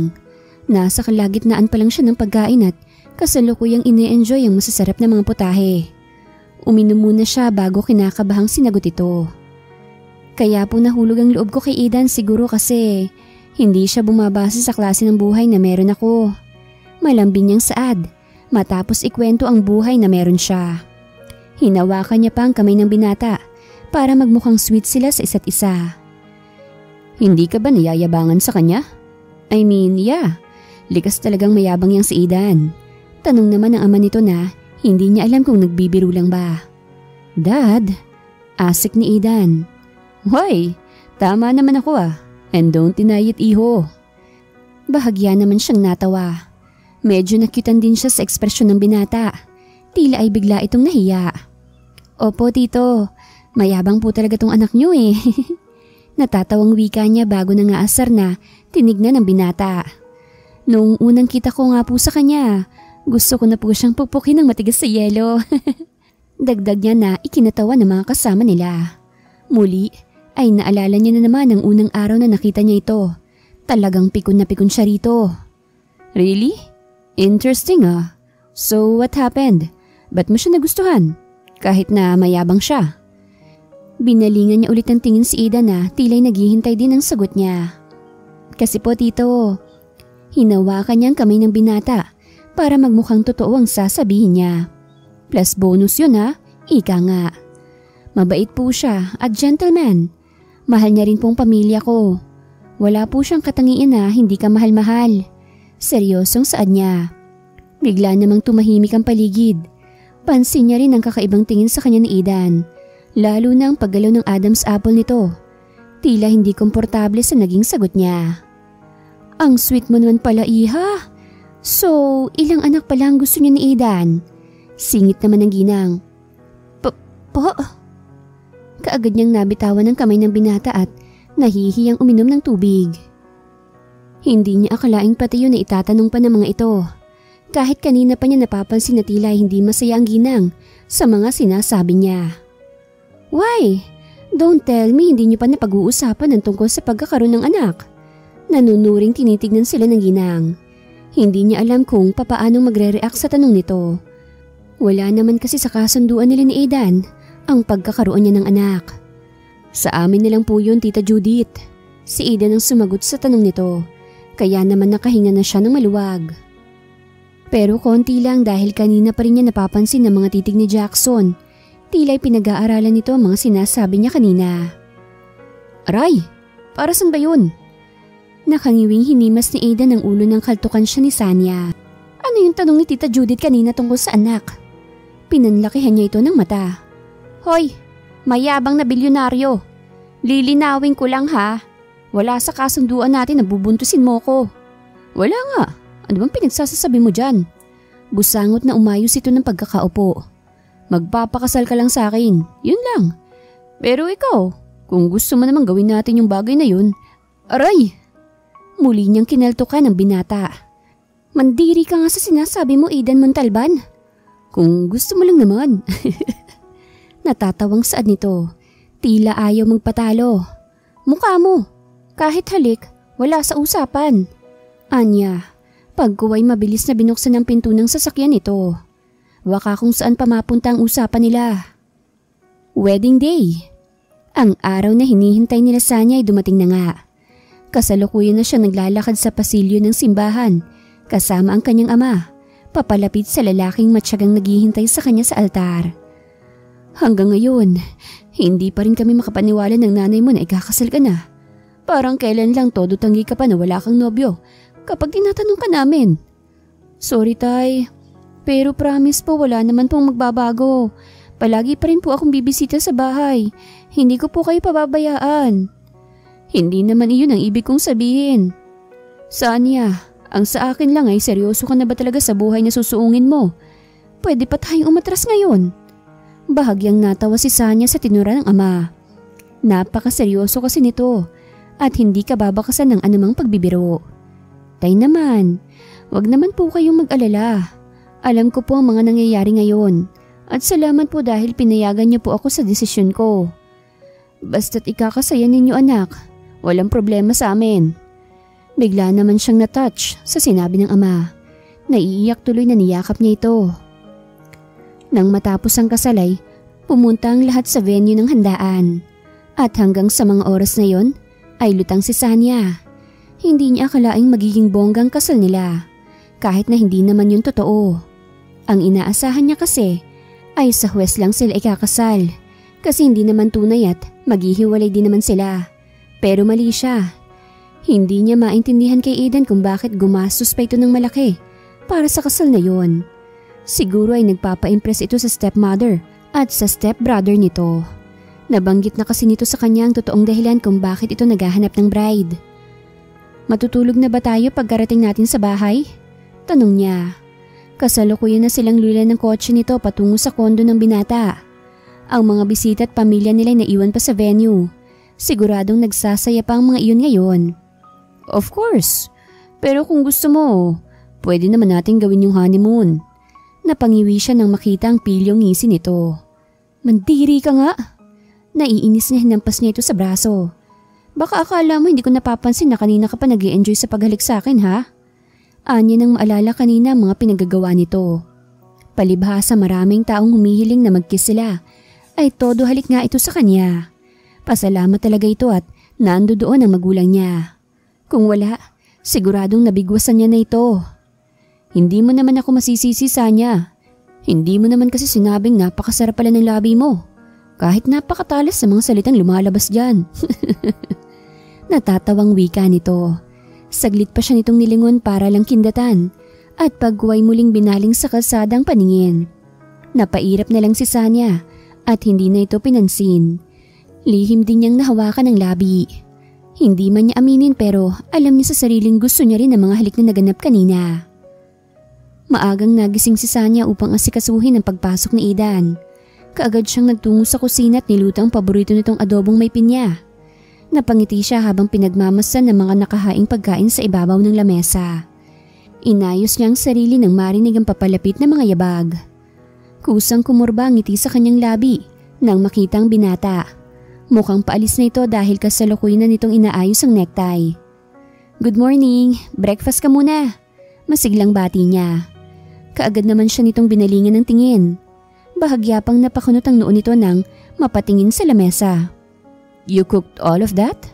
Marahan siyang tumango. "Lagi, kain ka na." "Wow ha, baka naman masanay ako na palagi mo kong pinagluluto." Nanunod yung saad nito. Bago na upo. "Try lang, baka sakaling tumaas ang bonus." Pagbibiro naman niya. Kusa namang napawi ang ngiti sa labi ni Ida nang marinig yun. Tila hindi nito nagustuhan ang kanyang sinabi. "Ay nga pala, wala na tayong stock. Bala kong mamili mamaya." "No need, uutusan ko na lang si Manang." Saad ni Ida na ang tinutukoy ay ang katulong nito sa kabilang mansyon kung saan nakatira ang daddy nito. "Ako na lang, namimiss ko na ring mamalengke." Nagpa-cute pa siya sa harapan nito dahil mukhang wala itong balak na pumayag. "Okay, fine. Pero tatawagin ko ang driver sa mansyon para may makasama ka." Pagsuko ng binata. Napapalakpak naman sa tuwa si Sanya. 1 linggo na rin siyang nakakulong sa kondo. Hindi naman siya makalabas dahil wala siyang maisip na puntahan, bukod lang sa kanilang bahay. "Yo! Kamusta ang buhay may asawa? Napaamo mo naman ba ang tigre mong asawa?" Magkasunod na tanong nila Zanjo nang pumasok sila sa opisina ni Aidan. Kaagad namang itinigil ni Aidan ang ginagawa at inoff ang laptop bago binalingan ng tingin ng mga kaibigan. "Anong ginagawa niyo rito? Busy ako." Anya, pagkuway tamad na sumandal sa inuupuan. "As usual, para ka namang bago." Tugon ni Jaylene. Mariin naman siyang napailing. "Kayo na rin ang nagsabi, may asawa na ako, kaya hindi na ako makakasama sa inyo." "Wow, for real? Tatanggihan mo kami?" Hindi makapaniwalang bulalas ni Zanjo na may pilyong ngisi sa labi nito. "Come on, don't us bro. Stop playing a good husband here. Ngayon na nga lang ulit tayo mabubuo sa bar. Almost 1 week ka ring wala because of your honeymoon." Segunda naman ni Jaylene. "Tss, kulang na lang iisipin na naming totoo ang honeymoon nyo." Nanunodyo nitong dagdag. He just chuckled. "Shut up guys, hindi na talaga ako pwedeng sumama sa inyo. At may usapan na rin kami ni Sanya mamaya." Anya na hindi maalis-alis ang ngiti sa labi. Nagkatinginan naman ang dalawa. Pagkuway nanunodyo siyang binalingan. "Teka, magkakaroon na ba kami ng inaanak?" "Ang siraulo." Natatawang binato niya ng taklob ng ballpen si Zanjo na kaagad tinamaan sa noo. "Shooter." Himas-himas ang noong wika nito.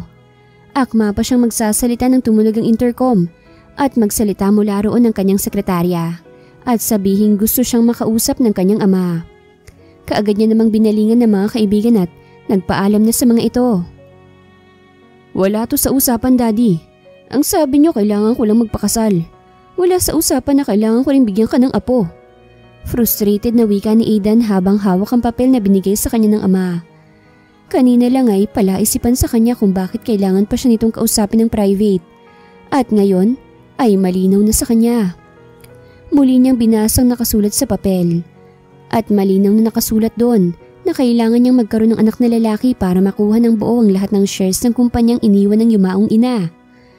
"I'm sorry, iho. Hindi ko rin kagad nabasa yan eh. Pero hindi ka naman na siguro mahihirapan. May asawa ka naman na." Mataman siya nitong tinignan. "Don't tell me. Wala pa kayong balak na magkaanak?" Kaagad naman siyang nag-iwas ng tingin. "It's not like that, Dad. Hindi pa lang namin napag-uusapan ni Sanya tungkol dyan. Kaya pagplanuhan nyo na kagad, bago pa matapos ang due date na nakalagay dyan." Wika nito bago siya tinapik sa balikat. "I have to go. Marami pa akong aasikasuhin." Dagdag nito bago lumabas ng opisina. Naiwan naman siyang natitigilan. Nahihirapan siya sa sitwasyon. Hindi niya alam kung papaanong sasabihin kay Sanya tungkol sa panibagong kontrata. At sana lang talaga pumayag itong magpaanak sa kanya. Iginilid ni Sanya mga supot na naglalaman ng mga pinamili niya bago nag-abang ng masasakyan na pauwi. Tumawag kasi ang driver ng mansyon at sinabing may emergency. Kaya naman napagpasyahan niya na mag-commute na lang. Napakamot siya sa batok na makaramdam ng pagkainip. Kanina pa siyang nakatayo ron pero wala namang dumaraan na taxi. At kung meron man, ay may mga sakay naman. Nasa ganun siyang posisyon nang may humintong sasakyan sa harapan niya. Kusang bumukas ang bintana ng kotse at iniluwanan ng nakangiting binata. "Hi, Sanya." Hi." Alanganin naman siyang napangiti. Nagdadalawang isip pa nga siyang babatiin ito. Naalala niya kasi ang sinabi sa kanya ni Aidan na kahit anong mangyari ay huwag itong papansinin. Kesyo wala raw tiwala si Aidan sa lalaking to. Kaya naman umuo na lang siya at hindi na nagtanong pa kahit na nagtataka siya. Kasi mukhang hindi magkasundo ang dalawa kahit na mag-stepbrother ang mga ito. "Namili ka?" Tanong nito nang mapatingin sa mga dala niya. Marahan naman siyang tumango. "So, uuwi ka na? Hatid na kita." Huwag na. Magko-commute na lang ako." Mariin niyang tanggi. Napatingin naman ng binata sa relong pambisig. "Mag-aalas 6 na. Siguradong gagabihin ka kung mag-aabang ka pa ng taxi. Hatid na kita. Huwag ka na mahiya." Nakangiwing napakamot siya sa batok. Naiinis siya dahil masyadong mapilit ang lalaki. Tila hindi nakakaramdam na ayaw niya nga itong kausap. Pero kasi hindi na niya nagawa pang ituloy ang sasabihin dahil kaagad na itong bumaba ng sasakyan at kinuha mga pinamili niya. Pagkatapos nitong ilagay sa trunk ng sasakyan ng mga supot, siya naman ang pinagbuksan ng sasakyan. Salamat, Anya. Kahit ang totoo ay pinipigilan niya ang sarili na masuntok ito. Buong biyahe ay tahimik lang siya at sakalang iimik kapag tinatanong ng binata. Pakiramdam nga niya pinagpapawisan siya ng sobra kahit naka-aircon naman ang kotse. At alam niyang dahil yun sa hindi siya komportable sa binata. Napangiti lang siya nang sa wakas ay huminto ng sasakyan sa harapan ng kondo. At dahil marami siyang pinamili kaya hindi na siya tumanggi pa nang ihatid pa siya ni Jackson hanggang sa loob ng kondo nila. Inalok niya rin ito ng kape bilang pasasalamat. Kahit na ang totoo ay gustong-gusto niya itong paalisin. Ayaw naman niyang maging bastos sa paningin ito. "Ang swerte naman ni Eden sa'yo. Maganda ka na, napaka-caring mo pa." Wika nito matapos uminom ng kape. Tipid naman siyang napangiti. "Parehas lang kaming swerte sa isa't isa, Anya." Pero kaagad din siyang napatayo nang maalalang magluluto nga pala siya ng dinner nilang dalawa. "What's wrong?" Tanong nito nang mapansin ang biglang pagtayo niya. "Naku, nakalimutan ko kasi. Magluluto nga pala ako ng dinner namin." Napakamot siya sa batok. "Mag-aalas 7 na, siguradong pauwi na yon." "Ay siya, o sige na, mauwi na ako. Nang magawa mo nang gagawin mo." Wika nito pagkaway tumayo na rin. "Thanks for the coffee." "Salamat din sa paghatid, Anya." At inihatid na ito hanggang sa pinto. Pero pagbukas ng pinto ay muntikan pa siyang mapatili nang mapagbuksan si Aidan. Nakangiti pa ito pero nang makita si Jackson ay kaagad ding nagsalubong ang kilay. "Aidan," masiglang bati ni Jackson. "Anong ginagawa mo rito?" Mariing tanong ng binata. Bigla naman siyang kinabahan. Mukha kasing manununtok si Aidan habang matalim na nakatingin kay Jackson. "Easy, inihatid ko lang ang asawa mo. Ang dami niya kasing pinamili." Tama siya, Aidan." Nakisingit na si Sanya. Pasimple niya ring itinulak palabas ng kondo si Jackson at hinigit naman papasok si Aidan.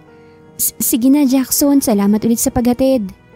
Hindi niya na ito hinintay pang makasagot dahil kaagad niyang sinarang pinto at hinarap si Aidan na seryosong nakatingin sa kanya. "Anong napagkasunduan natin?" Napalunok siya. Kinakabahan siya sa klase ng tingin nito. Hindi pa nakatulong ang biglang pagbilis ng tibok ng puso niya. Pasensya na. Wala na kasi akong masakyan kanina kaya..."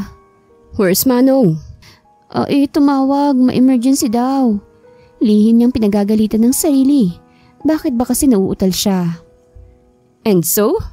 Isinuksok ng binata ang kamay sa bulsa ng pants nito. Pero nananatiling nakatuon sa kanya ang paningin. "Bakit hindi mo ako tinawagan? Di sana ako nang sumundo sa'yo." Nasa trabaho ka kasi." "Maski na. Nasa kontratang pinirmahan mo na kailangang iwasan si Jackson." Mariin siyang napapikit bago marahas na nagbuga ng hangin. Di sorry. Kasalanan ko na. Ikaltas mo na lang ibabayad mo sa akin. Singhal niya. Hindi niya napigilan ng sariling wag itong patulan. Saglit naman itong natigilan. Tila hindi makapaniwala sa ginawa niya. Hindi mo naiintindihan, Sanya. Na ano ba? Huwag ka mag-alala. Una't huli naman na yung pagpansin ko sa kanya. Tsaka walang makakaalam ng kasunduan natin. Kung yun ang inaalala mo. Tss. Naiinis na tinalikuran niya lang ito at nagtungo na sa kusina. Magluluto na lang siya kaysa makipagtalo pa rito. Wala rin naman siyang panalo dahil kasalanan naman talaga niya. Sumuway siya sa kasunduan. Kaagad na lumabas si Sanya ng kusina matapos ang magluto. Naisipan niyang tawagin ng binata at humingi ng tawad sa pagsagot niya ng pabalang kanina. Natigilan siya sa paglalakad nang makita si Aidan na papuntang pinto. Aalis ka? Yes. Simpleng tugon nito na hindi man lang siya binalingan ng tingin. Binuksan itong pinto at lumabas doon nang hindi man lang siya sinusulyapan. Nang hihina namang bumalik siya sa kusina at malungkot na pinagmasan ang nilutong pagkain. Mukhang mag-isa na naman siyang kakain. Hindi niya mawari pero may parte sa puso niyang kumikirot sa hindi niya malamang dahilan. Good morning! Pinagtimpla kita ng kape. Masiglang iniabot ni Sanya ang tasa sa binata. Pagkapasok pa lang nito sa kusina. Thank you. Ang aga mo namang nagising. Napangiti siya. Oo pambawi. Galit ka pa ba sa akin? Sorry na talaga. Promise, hindi ko na uli pang papansinin si Jackson. Itinaas niya pa ang kanang kamay. Bahagya namang natawa si Aidan. Ayos na. Sorry din at hindi kita nasabayang kumain kagabi. Ayos lang. Ang mahalaga, hindi ka nagalit. Hindi niya naitago ang saya sa boses. I will not go to the office today. So, saan mo gustong pumunta? Kaagad na kumislap ang mga mata ni Sanya sa narinig. Kahit saan, basta kasama ka. Excited niyang turan. Saglit namang natigilan si Aidan. Tila nagulat sa tinuran niya. Kaya nahihiyang napakamot siya sa buhok. Ang ibig kong sabihin, kahit saan, basta ba libre mo eh. Marahan namang napatango ang binata bago muling binalingan ng iniinom na kape. Habang si Sanya ay lihim na pinapagalitan ng sarili. Picture tayo, dali, remembrance. Pangungulit ni Sanya kay Aidan. 1, 2, 3, smile! Ani Sanya sabay klik sa hawak na cellphone. Isa pa, waki naman. Natatawa namang pinagbigyan na lang ni Aidan ang mga request sa kanya ng dalaga. Ang totoo, masaya siyang nakikita itong nag-e-enjoy. Para kasi itong bata na nakawala sa hawla. And he finds it cute. Wow! Tuknining! Manong magkano po yan? Naiiling na sinusundan niya ang dalaga na kasalukuyan na namang bumibili. Parang kanina lang ay kakakain lamang nila. Tapos ngayon, heto na naman at kakain na naman ito. Gusto mo?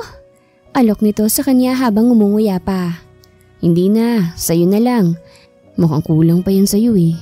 Anya pero hininaan niya lang huling sinabi niya. Mahirap na't baka maging tigre na naman ito. Matapos magtakaw ng dalaga ay inaya naman siya nito sa Ferris wheel.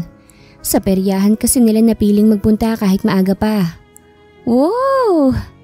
Nakabuka ang dalawang kamay ng dalaga at masayang sinasalubong ang malakas na hangin nang umandar pababa ang Ferris wheel. Napapikit ang dalaga. Kaya hindi nito pansin ang nakangiting si Aidan habang nakatitig sa kanya. Sa muling pagtaas ng Ferris wheel ay kaagad na nagmulat ang mga mata ang dalaga at tulyapan ng katabi. Mabilis namang nag-iwas ng tingin si Aidan at pasimpleng tumikhim. Mas masaya sana kung gabi tayo nagpunta rito eh, kasi makikita natin ang mga bituin. Kumikislap ang mata sa tuwa na wika ni Sanya. Balik tayo mamayang gabi kung gusto mo. Simpleng saad ni Aidan. Dahilan para mamilog ang mata ni Sanya. Talaga? Pwede ba? Hindi makapaniwalang tanong nito. Marahan naman siyang napatango. Ang bait mo naman, Aidan. I love you na.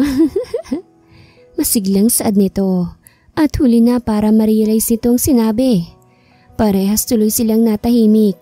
Pakiramdam nila ay biglang naging awkward ang paligid. Thank you, Manong. Keep the change po. Masiglang bumaba ng taxi si Sanya. Nakangiting pinagmamasdan niya ang napakataas na gusali. Kasalukuyan siyang nasa labas ng kumpanya na pagmamay-ari ni Aidan. Hawak niya ang maliit na bag na pinaglalagyan ng Tupperware. Balak niya kasing dalhan ng lunch ang binata. Hindi naman na siya nahihirapan pang pumasok dahil sa bungad pa lang ay kaagad na siyang nilapitan ng guard at binati. Halos lahat kasi na nagtatrabaho sa kumpanya ay imbitado noong kasal nila ni Aidan. Kaya talagang kilala na siya kahit hindi pa siya magpakilala. "Good afternoon po, ma'am." Nakangiting bati sa kanya ng sekretary na sinuklian niya rin ng matamis na ngiti. Hindi niya talaga malaman kung kailan pa siya naging palangiti. Busy ba si Aidan?" Napatingin naman ito sa hawak niya at alanganing sumagot. "Hindi naman po, ma'am, pero mainit po yung ulo niya eh." Napapakamot ito sa batok habang nagsasalita. Bigla naman siyang nadismaya. Ganun ba? Dadalhan ko sana siya ng lunch." "Pwede naman po, ma'am. Baka nga po lumamig pa ang ulo nun kapag nakita kayo eh." Panunodyo nito. Bahagya naman siyang natawa. "Paano mo naman nasabi?" Ganun po talaga kapag mahal natin yung isang tao. Kahit gaano tayo kagalit o kainit ang ulo, kapag nakita na natin yung mahal natin, para lang magic na bigla nilang maglalaho lahat ng galit natin. Bigla naman siyang natahimik sa tinuran nito. Gusto niya sanang sabihin na hindi naman siya mahal ng amo nito pero pinili niya na lang na manahimik at marahan na lang na tumango. Humugot muna siya ng malalim na buntong hininga bago dahang-dahang itinulak palabas ang pinto. "Damn those excuses. Tapusin niyo ngayong araw ang ipinapatrabaho ko sa inyo. Kung ayaw niyong mawalan lahat ng trabaho." Mariing nakagat ni Sanya ang lower lip nang tuluyang makapasok sa opisina ni Aidan at mabungaran ng madilim nitong aura. Salubong din ang kilay nito. Habang ang tatlong staff naman sa harapan nito ay mga nakatungo lahat. "And don't you ever try to make excuses again. Hindi ko kayo tinanggap sa kumpanyang to para maging sakit lang ng ulo." Patuloy ng binata na hindi pa napapansin ang kanyang presensya. Bigla siyang kinabahan. Ngayon niya lang kasi nakita ang binata na sobrang galit. At talaga namang kahit hindi siyang pinapagalitan ay nangangatog rin sa takot ang tuhod niya. Sobrang lakas makaepekto ng madilim nitong aura. Sorry sir, hindi na po mauulit." Mangiyak-ngiyak na saad ng isang babae, kaya bigla siyang nakaramdam ng awa. Akma pang ibubukan ni Aidan ng bibig nang mapadako ang tingin nito sa pwesto niya. Natigilan nito at tila'y nagulat nang makita siya. Sanya?" And for the first time ay nautal ito at bigla ring lumambot ang ekspresyon para pang nahiya nang makita siya. Sorry, dadalhan lang sana kita ng lunch eh. Aalis na lang ako." Nahihiyang saad ni Sanya bago ito mabilis na tinalikuran.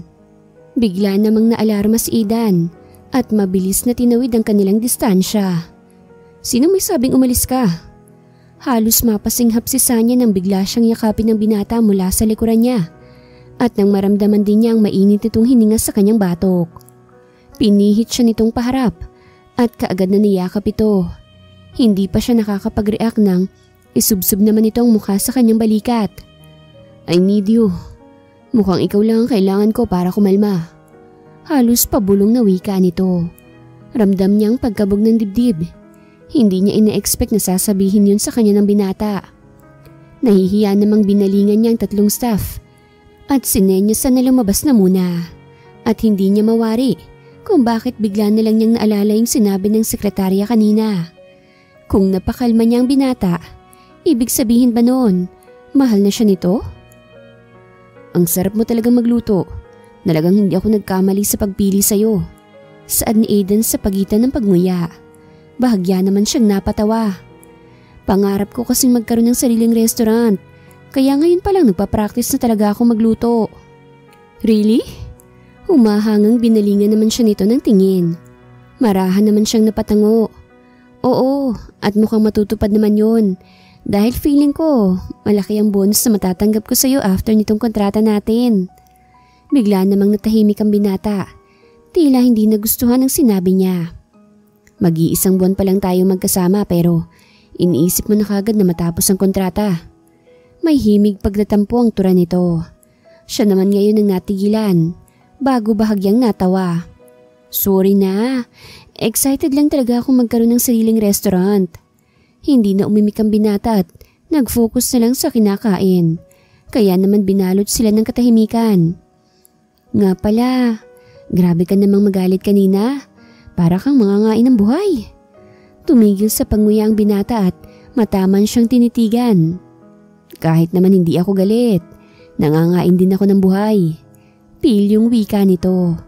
Bigla namang nag-init ang pisngi niya nang magets ang sinasabi nito. Naiinis tuloy na hinampas niya ito sa balikat. Bastos? Anya, pagkuway tumayo. Oh, saan ka pupunta? Tumatawang tanong nito. Mukhang nag-i-enjoy na asarin siya. Iihi lang, saad niya at dire-diretsyong tinungo ang pinto ng silid ng binata kung saan naroroon ang CR. Wait up! Natigilan siya sa paglalakad at nilingon ito. Bakit? Takado niyang tanong. You. Tinuro nito ang kanyang pangupo. You have blood stains. Kaagad na tiningnan niya ang suot na pantalon at namilog ang kanyang mata nang makitang tinitignan ito. Shucks! Kaagad niyang itinakip ang mga kamay sa pangupo at patakbong pinasok ang CR. Magkakasunod siyang napamura sa sobrang hiya. Kaya pala kanina pa nananakit ang puso niya. Naupo siya sa toilet at napahilamos sa muka nang maalalang wala nga pala siyang dalang napkin at extra undies. Paano na to? Nahilot niyang sentido sa sobrang stress. Hindi naman pwedeng tawagin niya si Aidan. Nakakahiya yun. Samantalang hindi naman mapakali si Aidan habang hinihintay ang paglabas ng dalaga. Nag-aalala siya para rito. Hindi rin niya maiwasang isipin na kanina pa ito natagusan at maaaring may nakakita ng iba sa bloodstain nito. Hindi na siya nakapagpigil at kinatok na ang dalaga. Sanya, are you okay? Napatayo si Sanya mula sa pagkakaupo nang marinig ang nag-aalalang boses ni Aidan sa labas. Alinlangan naman siyang lumapit sa pinto at pinuksan yun ng konti. May problema kasi ako, Aidan eh. Nakangiwi niyang saad. Lalo namang nag-alala ang binata. Anong problema? May masakit ba sa'yo? Papatawag ako ng ambulansya. Ang uwi mo naman. Inirapan niya ito. Kung malapit lang siya rito baka nabatukan niya pa ito. Ano nga kasing problema? Pwede bang tawagin mo na lang yung sekretarya mo? Siya lang kasi yung makakatulong sa akin. Umarko naman ang kilay ng binata. Bakit? Hindi ba kita matutulungan? Pinandilatan naman niya ito ng mata. Hindi mo talaga ako matutulungan so, syupi, tawagin mo na si sekretary mo. Saglit pa akong nakipaglabanan ng tingin sa kanya bago marahas na nagbuga ng hininga. Fine. Muli niyang isinarang pinto at tumalikod na ito. Salamat be. Nakangiting tinanggap ni Sanya ang supot na naglalaman ng napkins at bagong undies. Ay naku ma'am, huwag ka po sa akin magpasalamat kay Sir Aidan po. Siya po kasing bumili niyan lahat. Kinikilig na tugon ng sekretarya. Namilog naman ang mata niya sa gulat. Tunay ba? Hindi makapaniwalang tanong niya. Opo ma'am, tinatanong niya nga po ako kanina kung anong napag-usapan natin eh. Tapos sinabi ko po na nagpapabili ka niyan. And he insisted na siya na raw po ang bibili. Proud na tugon nito. Ay, iba talagang nagagawa ng pagmamahal. Dagdag nito na lalong nagpagulo ng utak niya. Ano bang pagmamahal ang sinasabi ng babaeng to? Hindi niya nalang pinatulan ng sinabi ng babae at nagpasalamat na lang dito bago isinarado ang pinto. Matapos maglinis ng katawan ay lumabas na siya. Naabutan niya naman si Aidan na seryosong nakaharap sa laptop nito. Kaagad ding itinigil ng binatang ginagawa nang makita siya. How are you feeling? Nag-iwas siya ng tingin nang mailang sa klase ng tingin nito. Ayos naman, salamat. Hindi maiwasang wagmumulan ng pisngi niya. Sa isiping ito ang bumili at humawak ng undies na suot niya ngayon. Iginala niya na lang ang tingin sa buong office at kumunot kaagad ang noo niya nang makita ang mga nakahilerang kahon. Nasa 20 peraso sigurong kahon yon na medyo malalaki. Ano yan? Takang tanong niya. Kanina kasi wala ang mga iyon. Yan? Nagkibit balikat ito. Hindi ko kasi alam kung ano bang napkin ang kailangan mo. Kaya pinabili ko na lahat ng klase ng napkin para hindi ka na matagusan. Kulang na lang ay lumuwa ang mata niya sa gulat. Seryoso ka ba? Tanong niya. Pagkuha ay mabilis na tinungo ang mga kahon at isa-isa yung binuksan. Pakiramdam niya sasakit ang ulo niya na makitang napakaraming whisper, modest at kung ano-ano pang napkins. Ang dami naman ito. Tumayo ang binata at salubong ang kilay na nilapitan siya. Mas mabuti na yan para hindi ka na natatagusan. At pwede ba, next time i-check mo naman yung sarili mo kung meron ka ba o wala. Paano kung hindi ko napansin yun? E di uuwi kang may tagus. Kinakabahang naitikom niya ang bibig. Hindi niya alam kung anong sasabihin. Pinagsasabihan siya ng binata at mukhang galit pa ito. Nagmukha tuloy siyang anak nito. Sorry, napatango siya. Hindi niya alam kung bakit siya nagsusorry ngayon. Siguro dahil tama nga naman ang sinabi nito. Fix yourself. Iyahatid na kita pa uwi. O wala ka ng trabaho? Nag-angat siya ng tingin. Sinalubong naman ito ang tingin niya. Kasalukuyang lula ng kotse sinasanya pabalik sa kondo nila. Hindi mapakali ang dalaga dahil sobrang tahimik ng kasama niya. Kanina niya pa nararamdaman na galit talaga ito sa kanya. Galit ka pa ba? Tanong niya nang hindi siya makapagpigil. Hindi kasi siya sanay na tahimik ito. Ngayon, masasabi niyang mas gusto niya pang nagyayabang to. At least, alam niyang hindi ito galit sa kanya. No, I'm not. Don't mind me. Tugon nito na hindi man lang siya sinusulyapan. Nang makarating sa kondo, ay inaalalayan pa siya ni Aidan papunta sa kanyang silid hanggang sa kanyang paghiga. Stay here. Huwag ka nang magkikilos. Alam kong masakit ang puson mo. Malambing nitong saad bago lumabas. Hindi niya naman maiwasang huwag mapangiti. Napaka-gentleman talaga nito. Naalimpungatan si Sanya nang maramdaman na tila may nagmamasid sa kanya. Dahan-dahan niyang iminulat ang mga mata at halos mapatili nang makitang nakatitig sa kanya ang binata. Bigla siyang napatayo sa gulat. Aidan! Nagising ba kita? Puno pa rin ng pag-alala ang boses nito. Hindi naman. Ano nga palang ginagawa mo rito? Kakagulat ka naman. Dinalhan kita nito. I know na sobrang sakit ng puson mo. Tinignan niya ang hawak nitong planggana na may lamang compress bag. Salamat, Anya. Pinaayos siya nito ng higa at itinaas ang damit niya hanggang tiyan. Noong nabubuhay pa si Mommy, palagi kong ginagawa to sa kanya tuwing magkakaroon siya ng dalaw. Wika nito habang nilalapatan ng compress bag ang kanyang puson. Super close kami ni Mommy eh. Kaya naman hindi na bago to sa akin. Siya rin ang nagsabi na gagawin ko rin daw to sa magiging asawa ko. And here we are.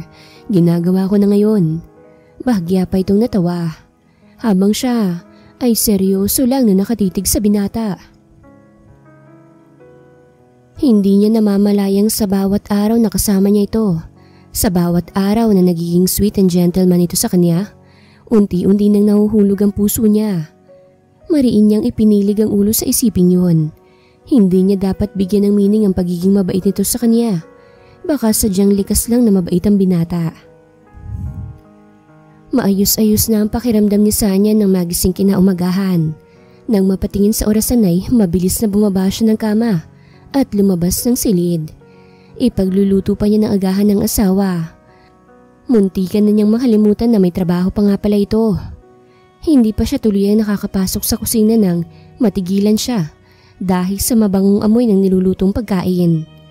Gising ka na pala, good morning. Masiglang bati sa kanya ni Aidan nang makita siya. Hindi naman kaagad siyang nakaimik dahil mas nauuna siyang natulala sa itsura ng lalaki. Naka-shorts lang ito at tanging apron lang nasa pang-itaas nito. Messy hair pa ito na lalong nagpatingkad ng kagwapuhan nito. Hindi ka ba papasok? Hindi. Aalagaan lang kita. Baka mamaya lumala ang sakit ng puson mo. Kinindatan pa siya nito bago siya ipinaghila ng upuan. Bahagya naman siyang natawa. Ang OA mo talaga. Mins lang to, no ka ba? Kahit na. Gusto kong makasigurado na ayos ka lang. Hindi na lang siya nakipagtalo pa. Bukod sa nagugutom na siya, ay kinikilig na rin siya na hindi niya dapat maramdaman. Matuloy na lumipas sa mga araw at buwan. Hindi namamalayan nila Sanya at Ida na lalo lamang silang napapalapit sa isa't isa. At nahuhulog na ang loob sa bawat isa. Kailangan ba talaga nakapiring pang mga mata ko? Tanong ni Sanya habang nakahawak sa kanya si Aidan. Surprise nga kasi, ang kulit mo naman Sanya. Tugon ng binata. Bahagya naman siyang natawa. Andito na tayo. Tumigil sila sa paglalakad at naramdaman niyang unti-unting lumuluwag ang pagkakapiring sa mga mata niya hanggang sa tuluyan na yung inalis. Surprise! Mariin niya munang ipinikit ang mga mata upang sanayin sa liwanag. Nang hindi na malabo ang paningin, ay muli niyang iminulat ang mga mata at halos mapaiyak siya sa malaking gusaling na nasa harapan niya. Sanya's Cutie Restaurant. Mangiyak-ngiyak na binasa niya mga malalaking letra na yon sa may itaas ng gusali. Did you like it? Tanong ng binata habang nakayakap sa bewang niya. Magkakasunod naman siyang napatango. Akin ba talaga to? Yup, deserve mo yan for being a good wife. Salamat. Hindi mo lang alam kung gaano mo akong napasaya. Masaya at maluhaluhang wika niya bago ito niyakap ng mahigpit. Hindi naman siya nabigo dahil ginantihan din ng binata ang mainit niyang yakap. Ang sweet naman na mag-asawa. Sana all ate. Kaagad na dumistansya si Sanya sa binata nang marinig ang boses ng ina at mga kapatid. Nanay, tay! Hindi makapaniwalang sinugod niya rin ang yakap ang mga magulang. Ano pong ginagawa niyo rito? Inimbitahan kami ni Aidan. Tugon ng inay niya. Mukhang boto na ito sa binata. Noon kasi mainit ang ulo ng nanay niya kay Aidan. In-invite ko na sila, babe. Alam kong masasaya ka kung nandito sila. Malambing na singit naman ni Aidan. Para namang hinaplos ang puso niya sa tinura nito. Hindi niya alam kung ano bang dapat na gawin para makabawi sa kabaitan ng binata sa kanya. Katatapos lang magluto ni Sanya nang tumunog ang doorbell. Nagpunas muna siya ng kamay at mabilis na tinungo ang pinto. Hi babe. Gulat na napasinghap siya nang bigla siyang hapitin ni Aidan at yakapin. Baka naman lang gamin. Hoy, pasintabi naman sa mga single. Pangaasar na mga kaibigan ng binata. Magsitigil nga kayo. Suway naman sa kanila ni Aidan. Pasensya ka na sa kanila babe, mga kulang sa aruga eh. Bahagya naman siyang natawa. Lalo na nang umaktong nasasaktan ng dalawa. Kung hindi siya nagkakamali, si Zanjo at Jerry na mga ito. Pasok muna kayo. Yun, bait talaga. Ani Jerry na nanguna nang pumasok. Dadayo kami ng inuma, Mare ah. Ito kasing asawa mo ayaw nang sumama sa bar. Kaya dadayuhin na lang namin siya rito. Saad naman ni Zanjo. Pwede naman pero kumain na muna tayo. Kakaluto ko lang. Ayun ang gusto naming marinig. Halos magkasabay na saad nila Zanjo. Hindi kayo kakain. Ako lang ang pwedeng makatikim ng luto ng asawa ko. Sa lubong ang kilay natura ni Aidan. Napaka-possessive din ang tono nito. Pakiramdam tuloy niya ay pinagdadamot siya nito. Bahagya naman siyang natawa pero deep inside ay kinikilig. Grabe namang magpakilig. Talaga ba? Kaya pala pinagtayo mo ng restaurant si Mare. Panunod yun ni Jayrin. Shut up bro. Ay nako, tumigil na nga kayo. Kumain na lang tayo at lalamig ng pagkain. Pagkatapos ng kumain ay nagtungo na rin sa salas ang tatlong lalaki at doon nag-inom. Habang si Sanya naiwan sa kusina at naghugas ng mga pinagkainan nila. Binilinan rin niya si Aidan na umakyat na agad sa kwarto niya pagkatapos ng kanyang ginagawa na kanya namang sinang-ayunan. Naglinis muna siya ng katawan bago nahiga sa kama. Nitong mga nagdaang araw ay magaan ang pakiramdam niya. Siguro ay dahil lumalapit na talaga ang loob niya sa binata. Pagalitan man niya ang sarili ay hindi niya pa rin mapigilang huwag mahulog ang loob dito. At sino namang hindi may in love sa isang Aidan Montalban? Sweet and caring. Bonus na lang talaga ang pagiging tall, mestizo and handsome nito. Nasa kalagitnaan ng pagtulog si Sanya nang magising dahil sa nararamdamang halik sa kanyang leeg. Nang maramdaman niyang naglulumikot na sa parte ng katawan niya ang kamay nito ay kaagad siyang nagmulat ng mga mata at na-realize na hindi lang siya bastang nananaginip lang. Aidan, Ang pagtawag niya sa pangalan nito ay naging paungol at walang pasabing sinakop nito ang labi niya. Kaagad niyang nalasahan ng alak na humahalo sa bibig nito. Mas idinikit ni Aidan ang katawan sa kanya nang tugunin niya ang halik nito. Ang mga kamay ng binata ay hinahayaan niya lang na maglakbay sa iba't ibang parte ng kanyang katawan. Hindi niya akalaing napakasarap pala nitong humalik at talagang nakakaliyo. Kaya naman hindi na nila napigilan ang kanilang mga sarili. "Before we do it, I have something to tell you first." Saad nito habang seryosong nakatingin sa kanya. Mariin naman niyang nakagat ang kanyang lower lip. Naiilang talaga siya sa mga titig nito. Lalo na ngayon na namumungay ang mga mata nito na siyang nagpapadagdag ng init sa kanyang katawan. I love you, Sanya." Halos pabulong na saad nito.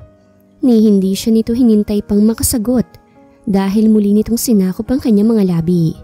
Hindi na tuloy siya nabigyan ng pagkakataon na masabing mahal niya rin ito.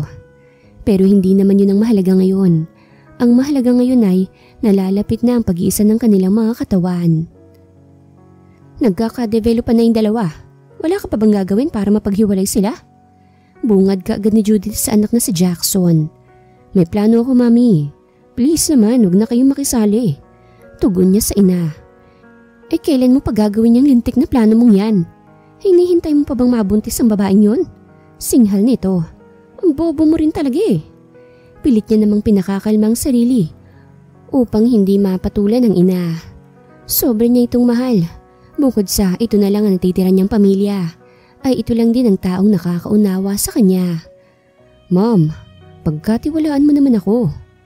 "Huwag mo akong dramahan, Jackson. Hindi pwedeng mapunta ng tuluyan sa Aidan na yun lahat ng shares ng kumpanya. Ang dami na nating sinakripisyo, kaya hindi po pwedeng mapunta sa kanya ang kumpanya. Ikaw lang may karapatan doon."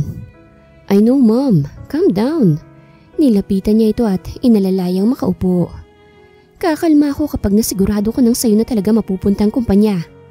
Matigas pa ring wika nito. "Okay, Mom. What do you want me to do?" "Kill that woman.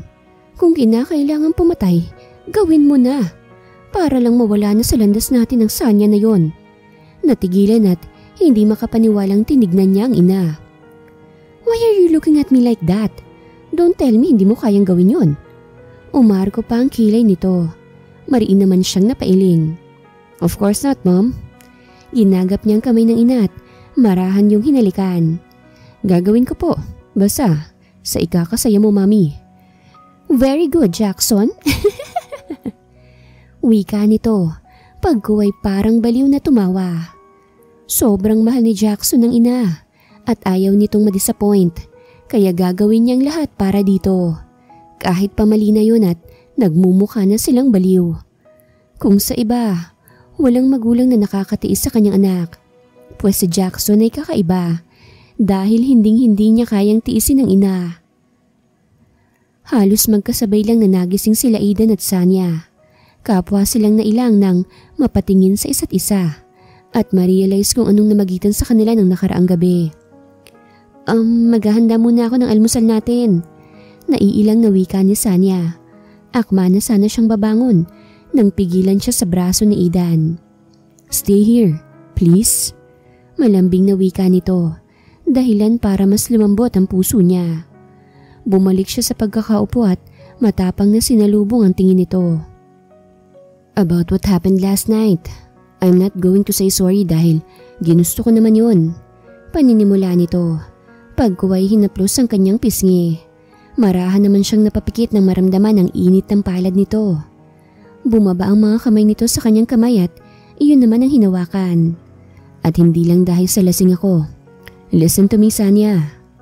Kaagad siyang nagmulat ng mga mata at muling sinalubong ang mga tingin nito. I don't know kung saan magsisimula. But yeah, I think I'm in love with you. No, I mean, yes, mahal na mahal kita. I don't know when it started. Basta bigla ko nalang naramdaman na mahal na kita. Tila nahihirapan pang wika nito. Hindi ko alam kung ano bang dapat kong sabihin. You don't need to say anything. Just listen to me, to my heartbeat. Lumapit ito sa kanya at ikinulong siya sa mga braso nito. Ngayon ay malaya niya nang naririnig ang mabilis na tibok ng dibdib nito. Wala yang ibang sinisigaw kung hindi ang pangalan mo, Sanya. Malambing na pagkakasabi nito. At hindi niya alam kung bakit bigla na lang siyang naiyak. Pagkuway malugod na tinugon ang yakap nito. Sa oras na yon, habang magkayakap sila, alam na nilang nagkakaintindihan na sila. Hindi man sila magsalita, ngunit ang kanilang mga puso ay malaya ng pinararamdam sa isa't isa ang pagmamahalan. Kasalukuyang lula ng taxi si Sanya patungo sa kumpanya ni Aidan. Balak niyang dalhan ito ng lunch. Nakangiti pa siya habang hawak ang cellphone. Tinext niya kasi ang binata para sabihing papunta na siya rito. Wala siyang kaalam-alam na kanina pang may itim na kotse ang nakasunod sa kanyang sasakyan. Kanina pa yun napapansin ng taxi driver. Pero ipinagsasawalang bahala lang at iniisip na baka nagkakataon lang. Nang tumunog ang cellphone ni Sanya, ay kaagad din niya yung sinagot. "Where are you?" Bungad kaagad ni Aidan, dahilan para magtaka siya. Mukha kasing galit na naman ito. "Nag-text ako sa'yo, diba? Papunta na ako dyan sa office mo." "What the?" Narinig niyang mahina itong napamura. "Asan ka na? Pupuntahan na kita." "Nasa..." Pero hindi pa tuloy ang natatapos ang sasabihin niya nang marinig ang magkakasunod na putok ng baril. Malakas siyang napatilig sa gulat na kaagad namang narinig ni Aidan. Anong nangyayari dyan? Sanya?"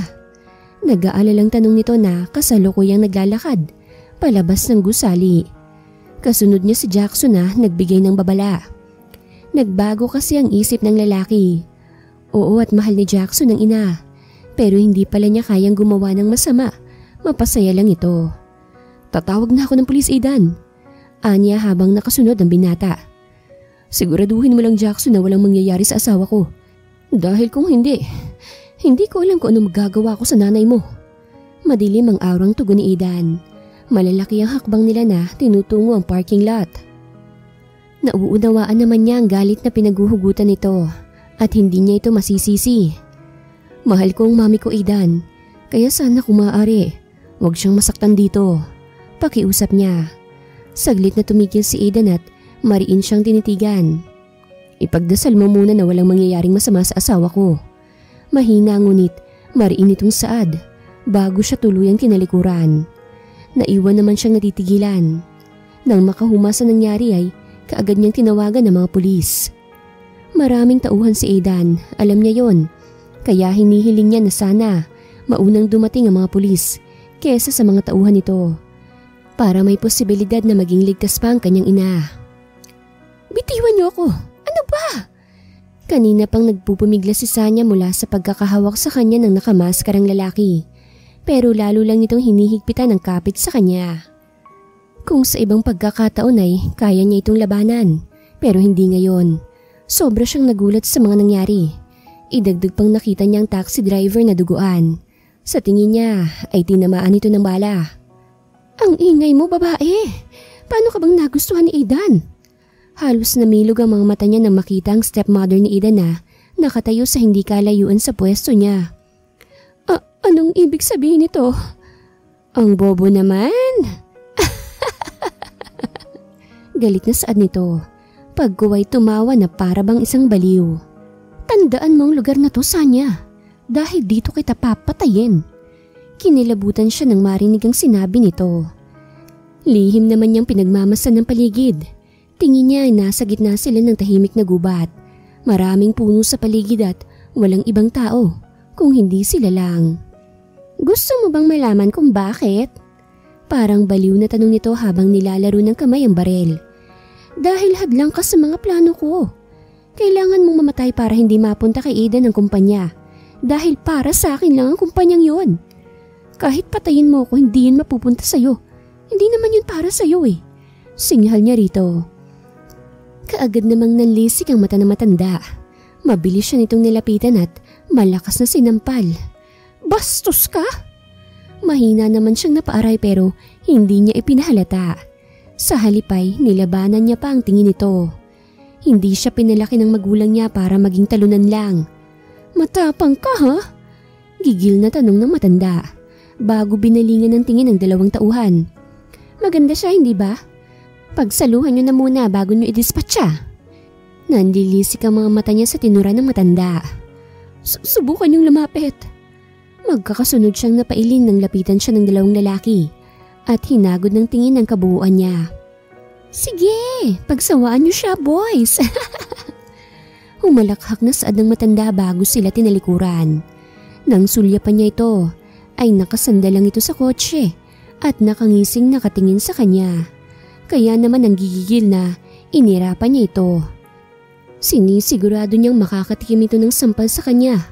Oras na makatakas siya. Mukhang masarap ka, miss. Ako na munang titikim sa'yo. Don't worry, masasarapan ka naman. Napangiwi siya sa tinura ng pangit na lalaki. Puweh, pangit mo. Singhal niya rito, dahilan para magtawanan ng mga kasama nito. Napiko naman ang lalaki at akmang sasampalin siya nang may magsalita sa hindi kalayuan. Subukan mo lang nasaktan ng mahal ko. Sisiguraduhin kong hindi ka na makakaabot bukas. Magkakasabay silang napalingon sa pinanggagalingan ng boses. Bigla ang pagguhit ng ngiti sa labi niya nang makita kung sinong nagmamay-ari ng boses. It's Aidan. Proud na nakatayo habang may hawak na baril. Bahagyang napakunot ang noo niya. Hindi niya alam na marunong pala itong gumamit ng baril. Ano pang hinihintay niyo? Barilin niyo na sila. Nanggagalaiting utos ni Judith. Mabilis siya nitong nilapitan at sinakal. Bago itinutok sa sentido niya bunganga ng baril. Aidan. Kahit kailan talaga napakapasaway mo. Bakit hindi ka na muna naghintay ng tawag ko? Nakikialam ka na naman sa plano ko eh. Galit na singhal ng matanda. Hindi ka na nasanay sa akin, Judith. Kailan ko ba hinayaang magtagumpay ka sa mga plano mo? Nakangising tugon ng binata. Hindi naman malaman ni Sanya kung bakit sa halip na matakot ay mas nangingibabaw ang nararamdaman niyang paghanga para kay Aidan. Ang astig lang kasi nitong tignan. Diyan ka nagkakamali. Dahil ngayon sisiguraduhin kong personal mong masasaksihan ang pagpatay ko sa mahal mong asawa. Muli siyang nakaramdam ng takot nang mas idiin ng matandang baril sa sentido niya. Natatakot din siya para sa kaligtasan ng binata. Mag-isa lang kasi ito, samantalang ang daming tauhan ni Judith na panay may hawak na baril at nakatutok kay Aidan. Malaking katanungan sa kanya ngayon kung nasaan ba ang mga tauhan ng binata. Kung papayagan kong mangyari yun, Pagyayabang ni Aidan. Pinandilatan naman niya ito ng mga mata. Baka kasi bigla ang kalabitin ni Judith ang baril. Tsak na sabog ang utak niya pag nagkataon. Akma pa lang na ibubuka ni Judith ang bibig nang magdatingan naman ng mga pulis. Kasama na roon sa Jackson na nag-aalalang tinawag kagad ang kanyang ina. Ibaba niyo mga baril niyo. Napapalibutan na namin kayo. Sigaw ng pulis na may hawak na megaphone. Mama, please tama na po. Pakiusap naman ni Jackson. Pero lalaw lamang naggitngit sa galit ang matanda. Dahilan para mas idiin ang baril sa kanya. Pati ba naman ikaw, Jackson? Ang bobo mo talaga eh. Dapat nun palang tinapo na rin kita. Sigaw ng matanda. Mababakas naman sa mata ni Jackson ang sakit. Hindi akalain ng lalaki na maririnig niya yon mula sa mismong ina. Kahit sino pa kayo, hindi niyo ako mapipigilan. Bulyaw pa ng matanda bago mabilis na kinalabit ang gatilyo ng baril. Isang putok ng baril ang umalingaw sa tahimik na kagubatan. Kasunod noon, ang pagbagsak ni Judith na duguan ng hita. Bago pa pala nito maiputok ang baril ay naunahan na ito ni Aidan. Habang busy ang mga pulis sa pagpupose sa mga tauhan ni Judith, ay mabilis namang nilapitan ni Aidan si Sanya na tahimik na umiiyak at hindi pa rin makapaniwala sa nangyari. Pasalamat ka na unang dumating ang mga pulis dahil kung mga tauhan ko lang, baka napatay ko ng ina mo.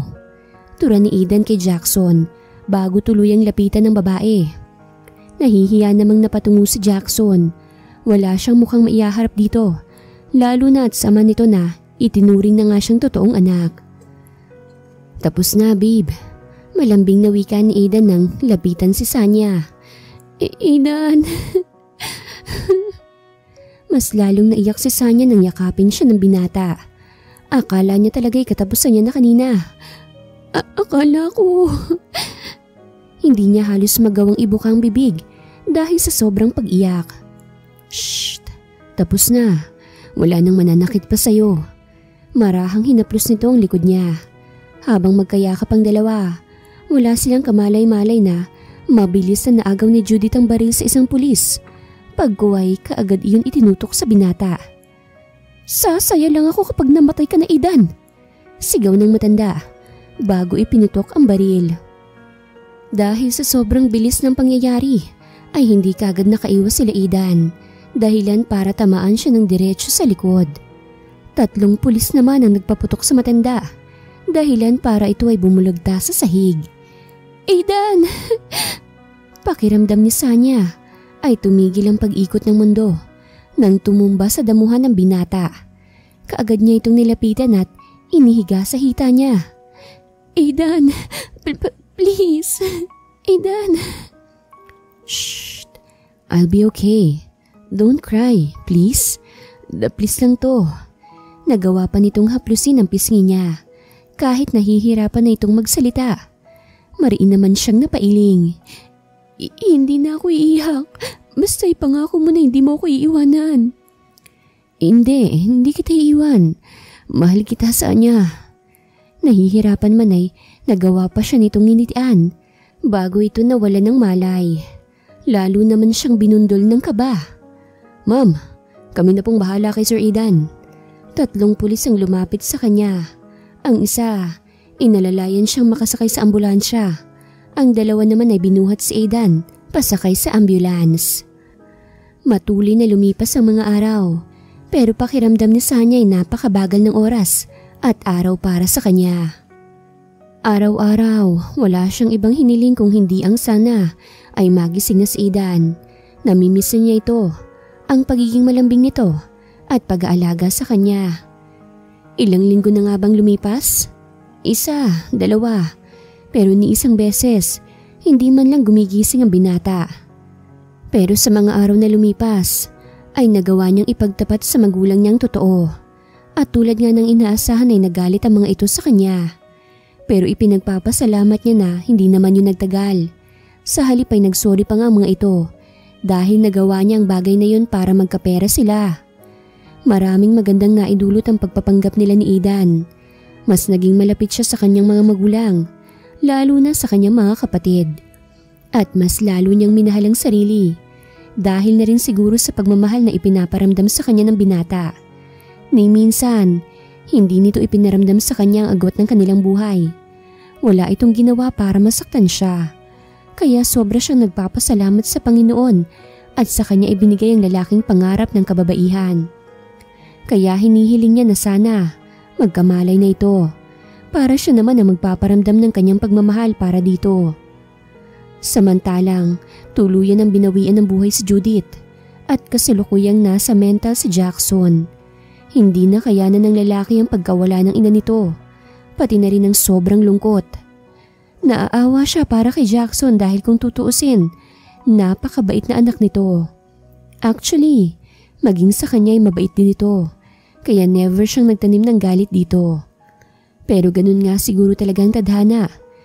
May dumarating at may umaalis sa hindi mo inaasahang panahon. Ate, si Kuya Aidan! Natigilan sa paglalakad si Sanya nang makasalubong niya ang humahangos na si Sandy. Bigla naman siyang kinabahan nang marinig ang pangalan ng binata. Ano nangyari kay Aidan? Mas lalo siyang kinabahan nang hindi magsalita ang kapatid. Sa halip ay nakikisimpat siya itong tumingin sa kanya. Anong nangyari kay Aidan? Naiinis na muli siyang nagtanong. Mariin lang itong umiling at indikasyon yun na dapat na niyang tunguhin ang silid ng binata. Na siyang ginawa niya naman kagad. Malalaki ang hakbang na tinungo niya ang silid. Pagkapasok niya roon, nagulat pa siya nang makitang nandoon lahat ng pamilya niya at ang ama ng binata. Maging ang mga kaibigan nito ay naroroon din. Pero wala doon ang atensyon niya, kung hindi sa higaan ng lalaki. Nagtatakang tinignan niya ang mga ito. Gusto niyang itanong kung nasaan ba si Aidan. Bakit wala ito sa hinihigaan nito? 3 araw kasi niyang hindi napuntahan ng binata dahil na rin sa pakiusap ng kanyang ama't ina. At ang natatandaan niya, wala pang malay ang binata at nakahiga lang ito Pero bakit ngayon wala na ito doon? Asan si Aidan? Hindi niya na halos marinig ang sarili dahil na rin sa sobrang lakas ng tibok ng puso niya. Tinignan niya isa-isa ang mga ito pero ni isa man ay walang sumasagot sa mga ito. Muli pa niyang ibubuka ang bibig nang may nagpatugtog na gitara sa likuran niya. Noong una akong beses na magising, ikaw kagad ang hinanap ko. Miss na kita, alam mo ba? Pero tiniis kong sarili ko. Kailangan mong magpahinga at iyon ang mas mahalaga. Pero ngayon nandito ka na ulit. Gustong gusto kitang yakapin. Pero hayaan mo muna akong alayan muna kita ng kanta. Babe, this song is for you. Mataman lang siyang nakatitig kay Aidan. Ni ayaw niyang kumurap dahil pakiramdam niya kapag ginawa niya yon, mawawala na naman ito sa tabi niya. At iyon ang ayaw niyang mangyari. Hindi niya rin namalayan na kanina pa pala tumutulo ang mga luha niya. Nagsimulang awitin ng binata ang kantang Your Song habang matamang nakatitig lang sa kanya. At araw-araw yata siya nga hanga dito dahil kahit naka-wheelchair ito, nagagawa pa rin itong maggitara. Nang huminto ito sa pagkanta ay wala na siyang sinayang na oras. Kaagad niya itong sinugod ng yakap. Isinubsob niya ang luhaang mukha sa dibdib nito. Aidan! Parang wala siyang ibang gustong gawin ngayon kung hindi ang yakapin ito habang sinasambit ang napakaganda nitong pangalan. Shh! Babe, tahan na. Alam mong kahinaan kong pag-iyak mo. Mas lalo akong manghihina niyan. Pag-aalo ng binata. Marahan itong hinahaplos ang buhok niya. Samantala, mangiyak-ngiyak ring nanonood sa kanila ang mga tao sa silid na yon. I love you, Aidan. Sobra kitang mahal. Mas hinigpitan niya pa ang yakap dito. Alam ko at ramdam ko yun kahit naman hindi mo sabihin. Kumalas ito sa pagkakayakap at buong pagmamahal siyang tinignan. Hinawakan pa nito ang baba niya para magpantay ang kanilang mga mukha. At sobra akong nagpapasalamat na minahal mo ko. Pangako, hindi mo pagsisisihan na pinapasok mo ko sa buhay mo. Inipit nito sa tengang tumabing na buhok sa kanyang mukha. Mahal kita, Sanya. At araw-araw nilang pinagpapasalamat sa Diyos na pinagtagpo sila ng tadhana. Wakas.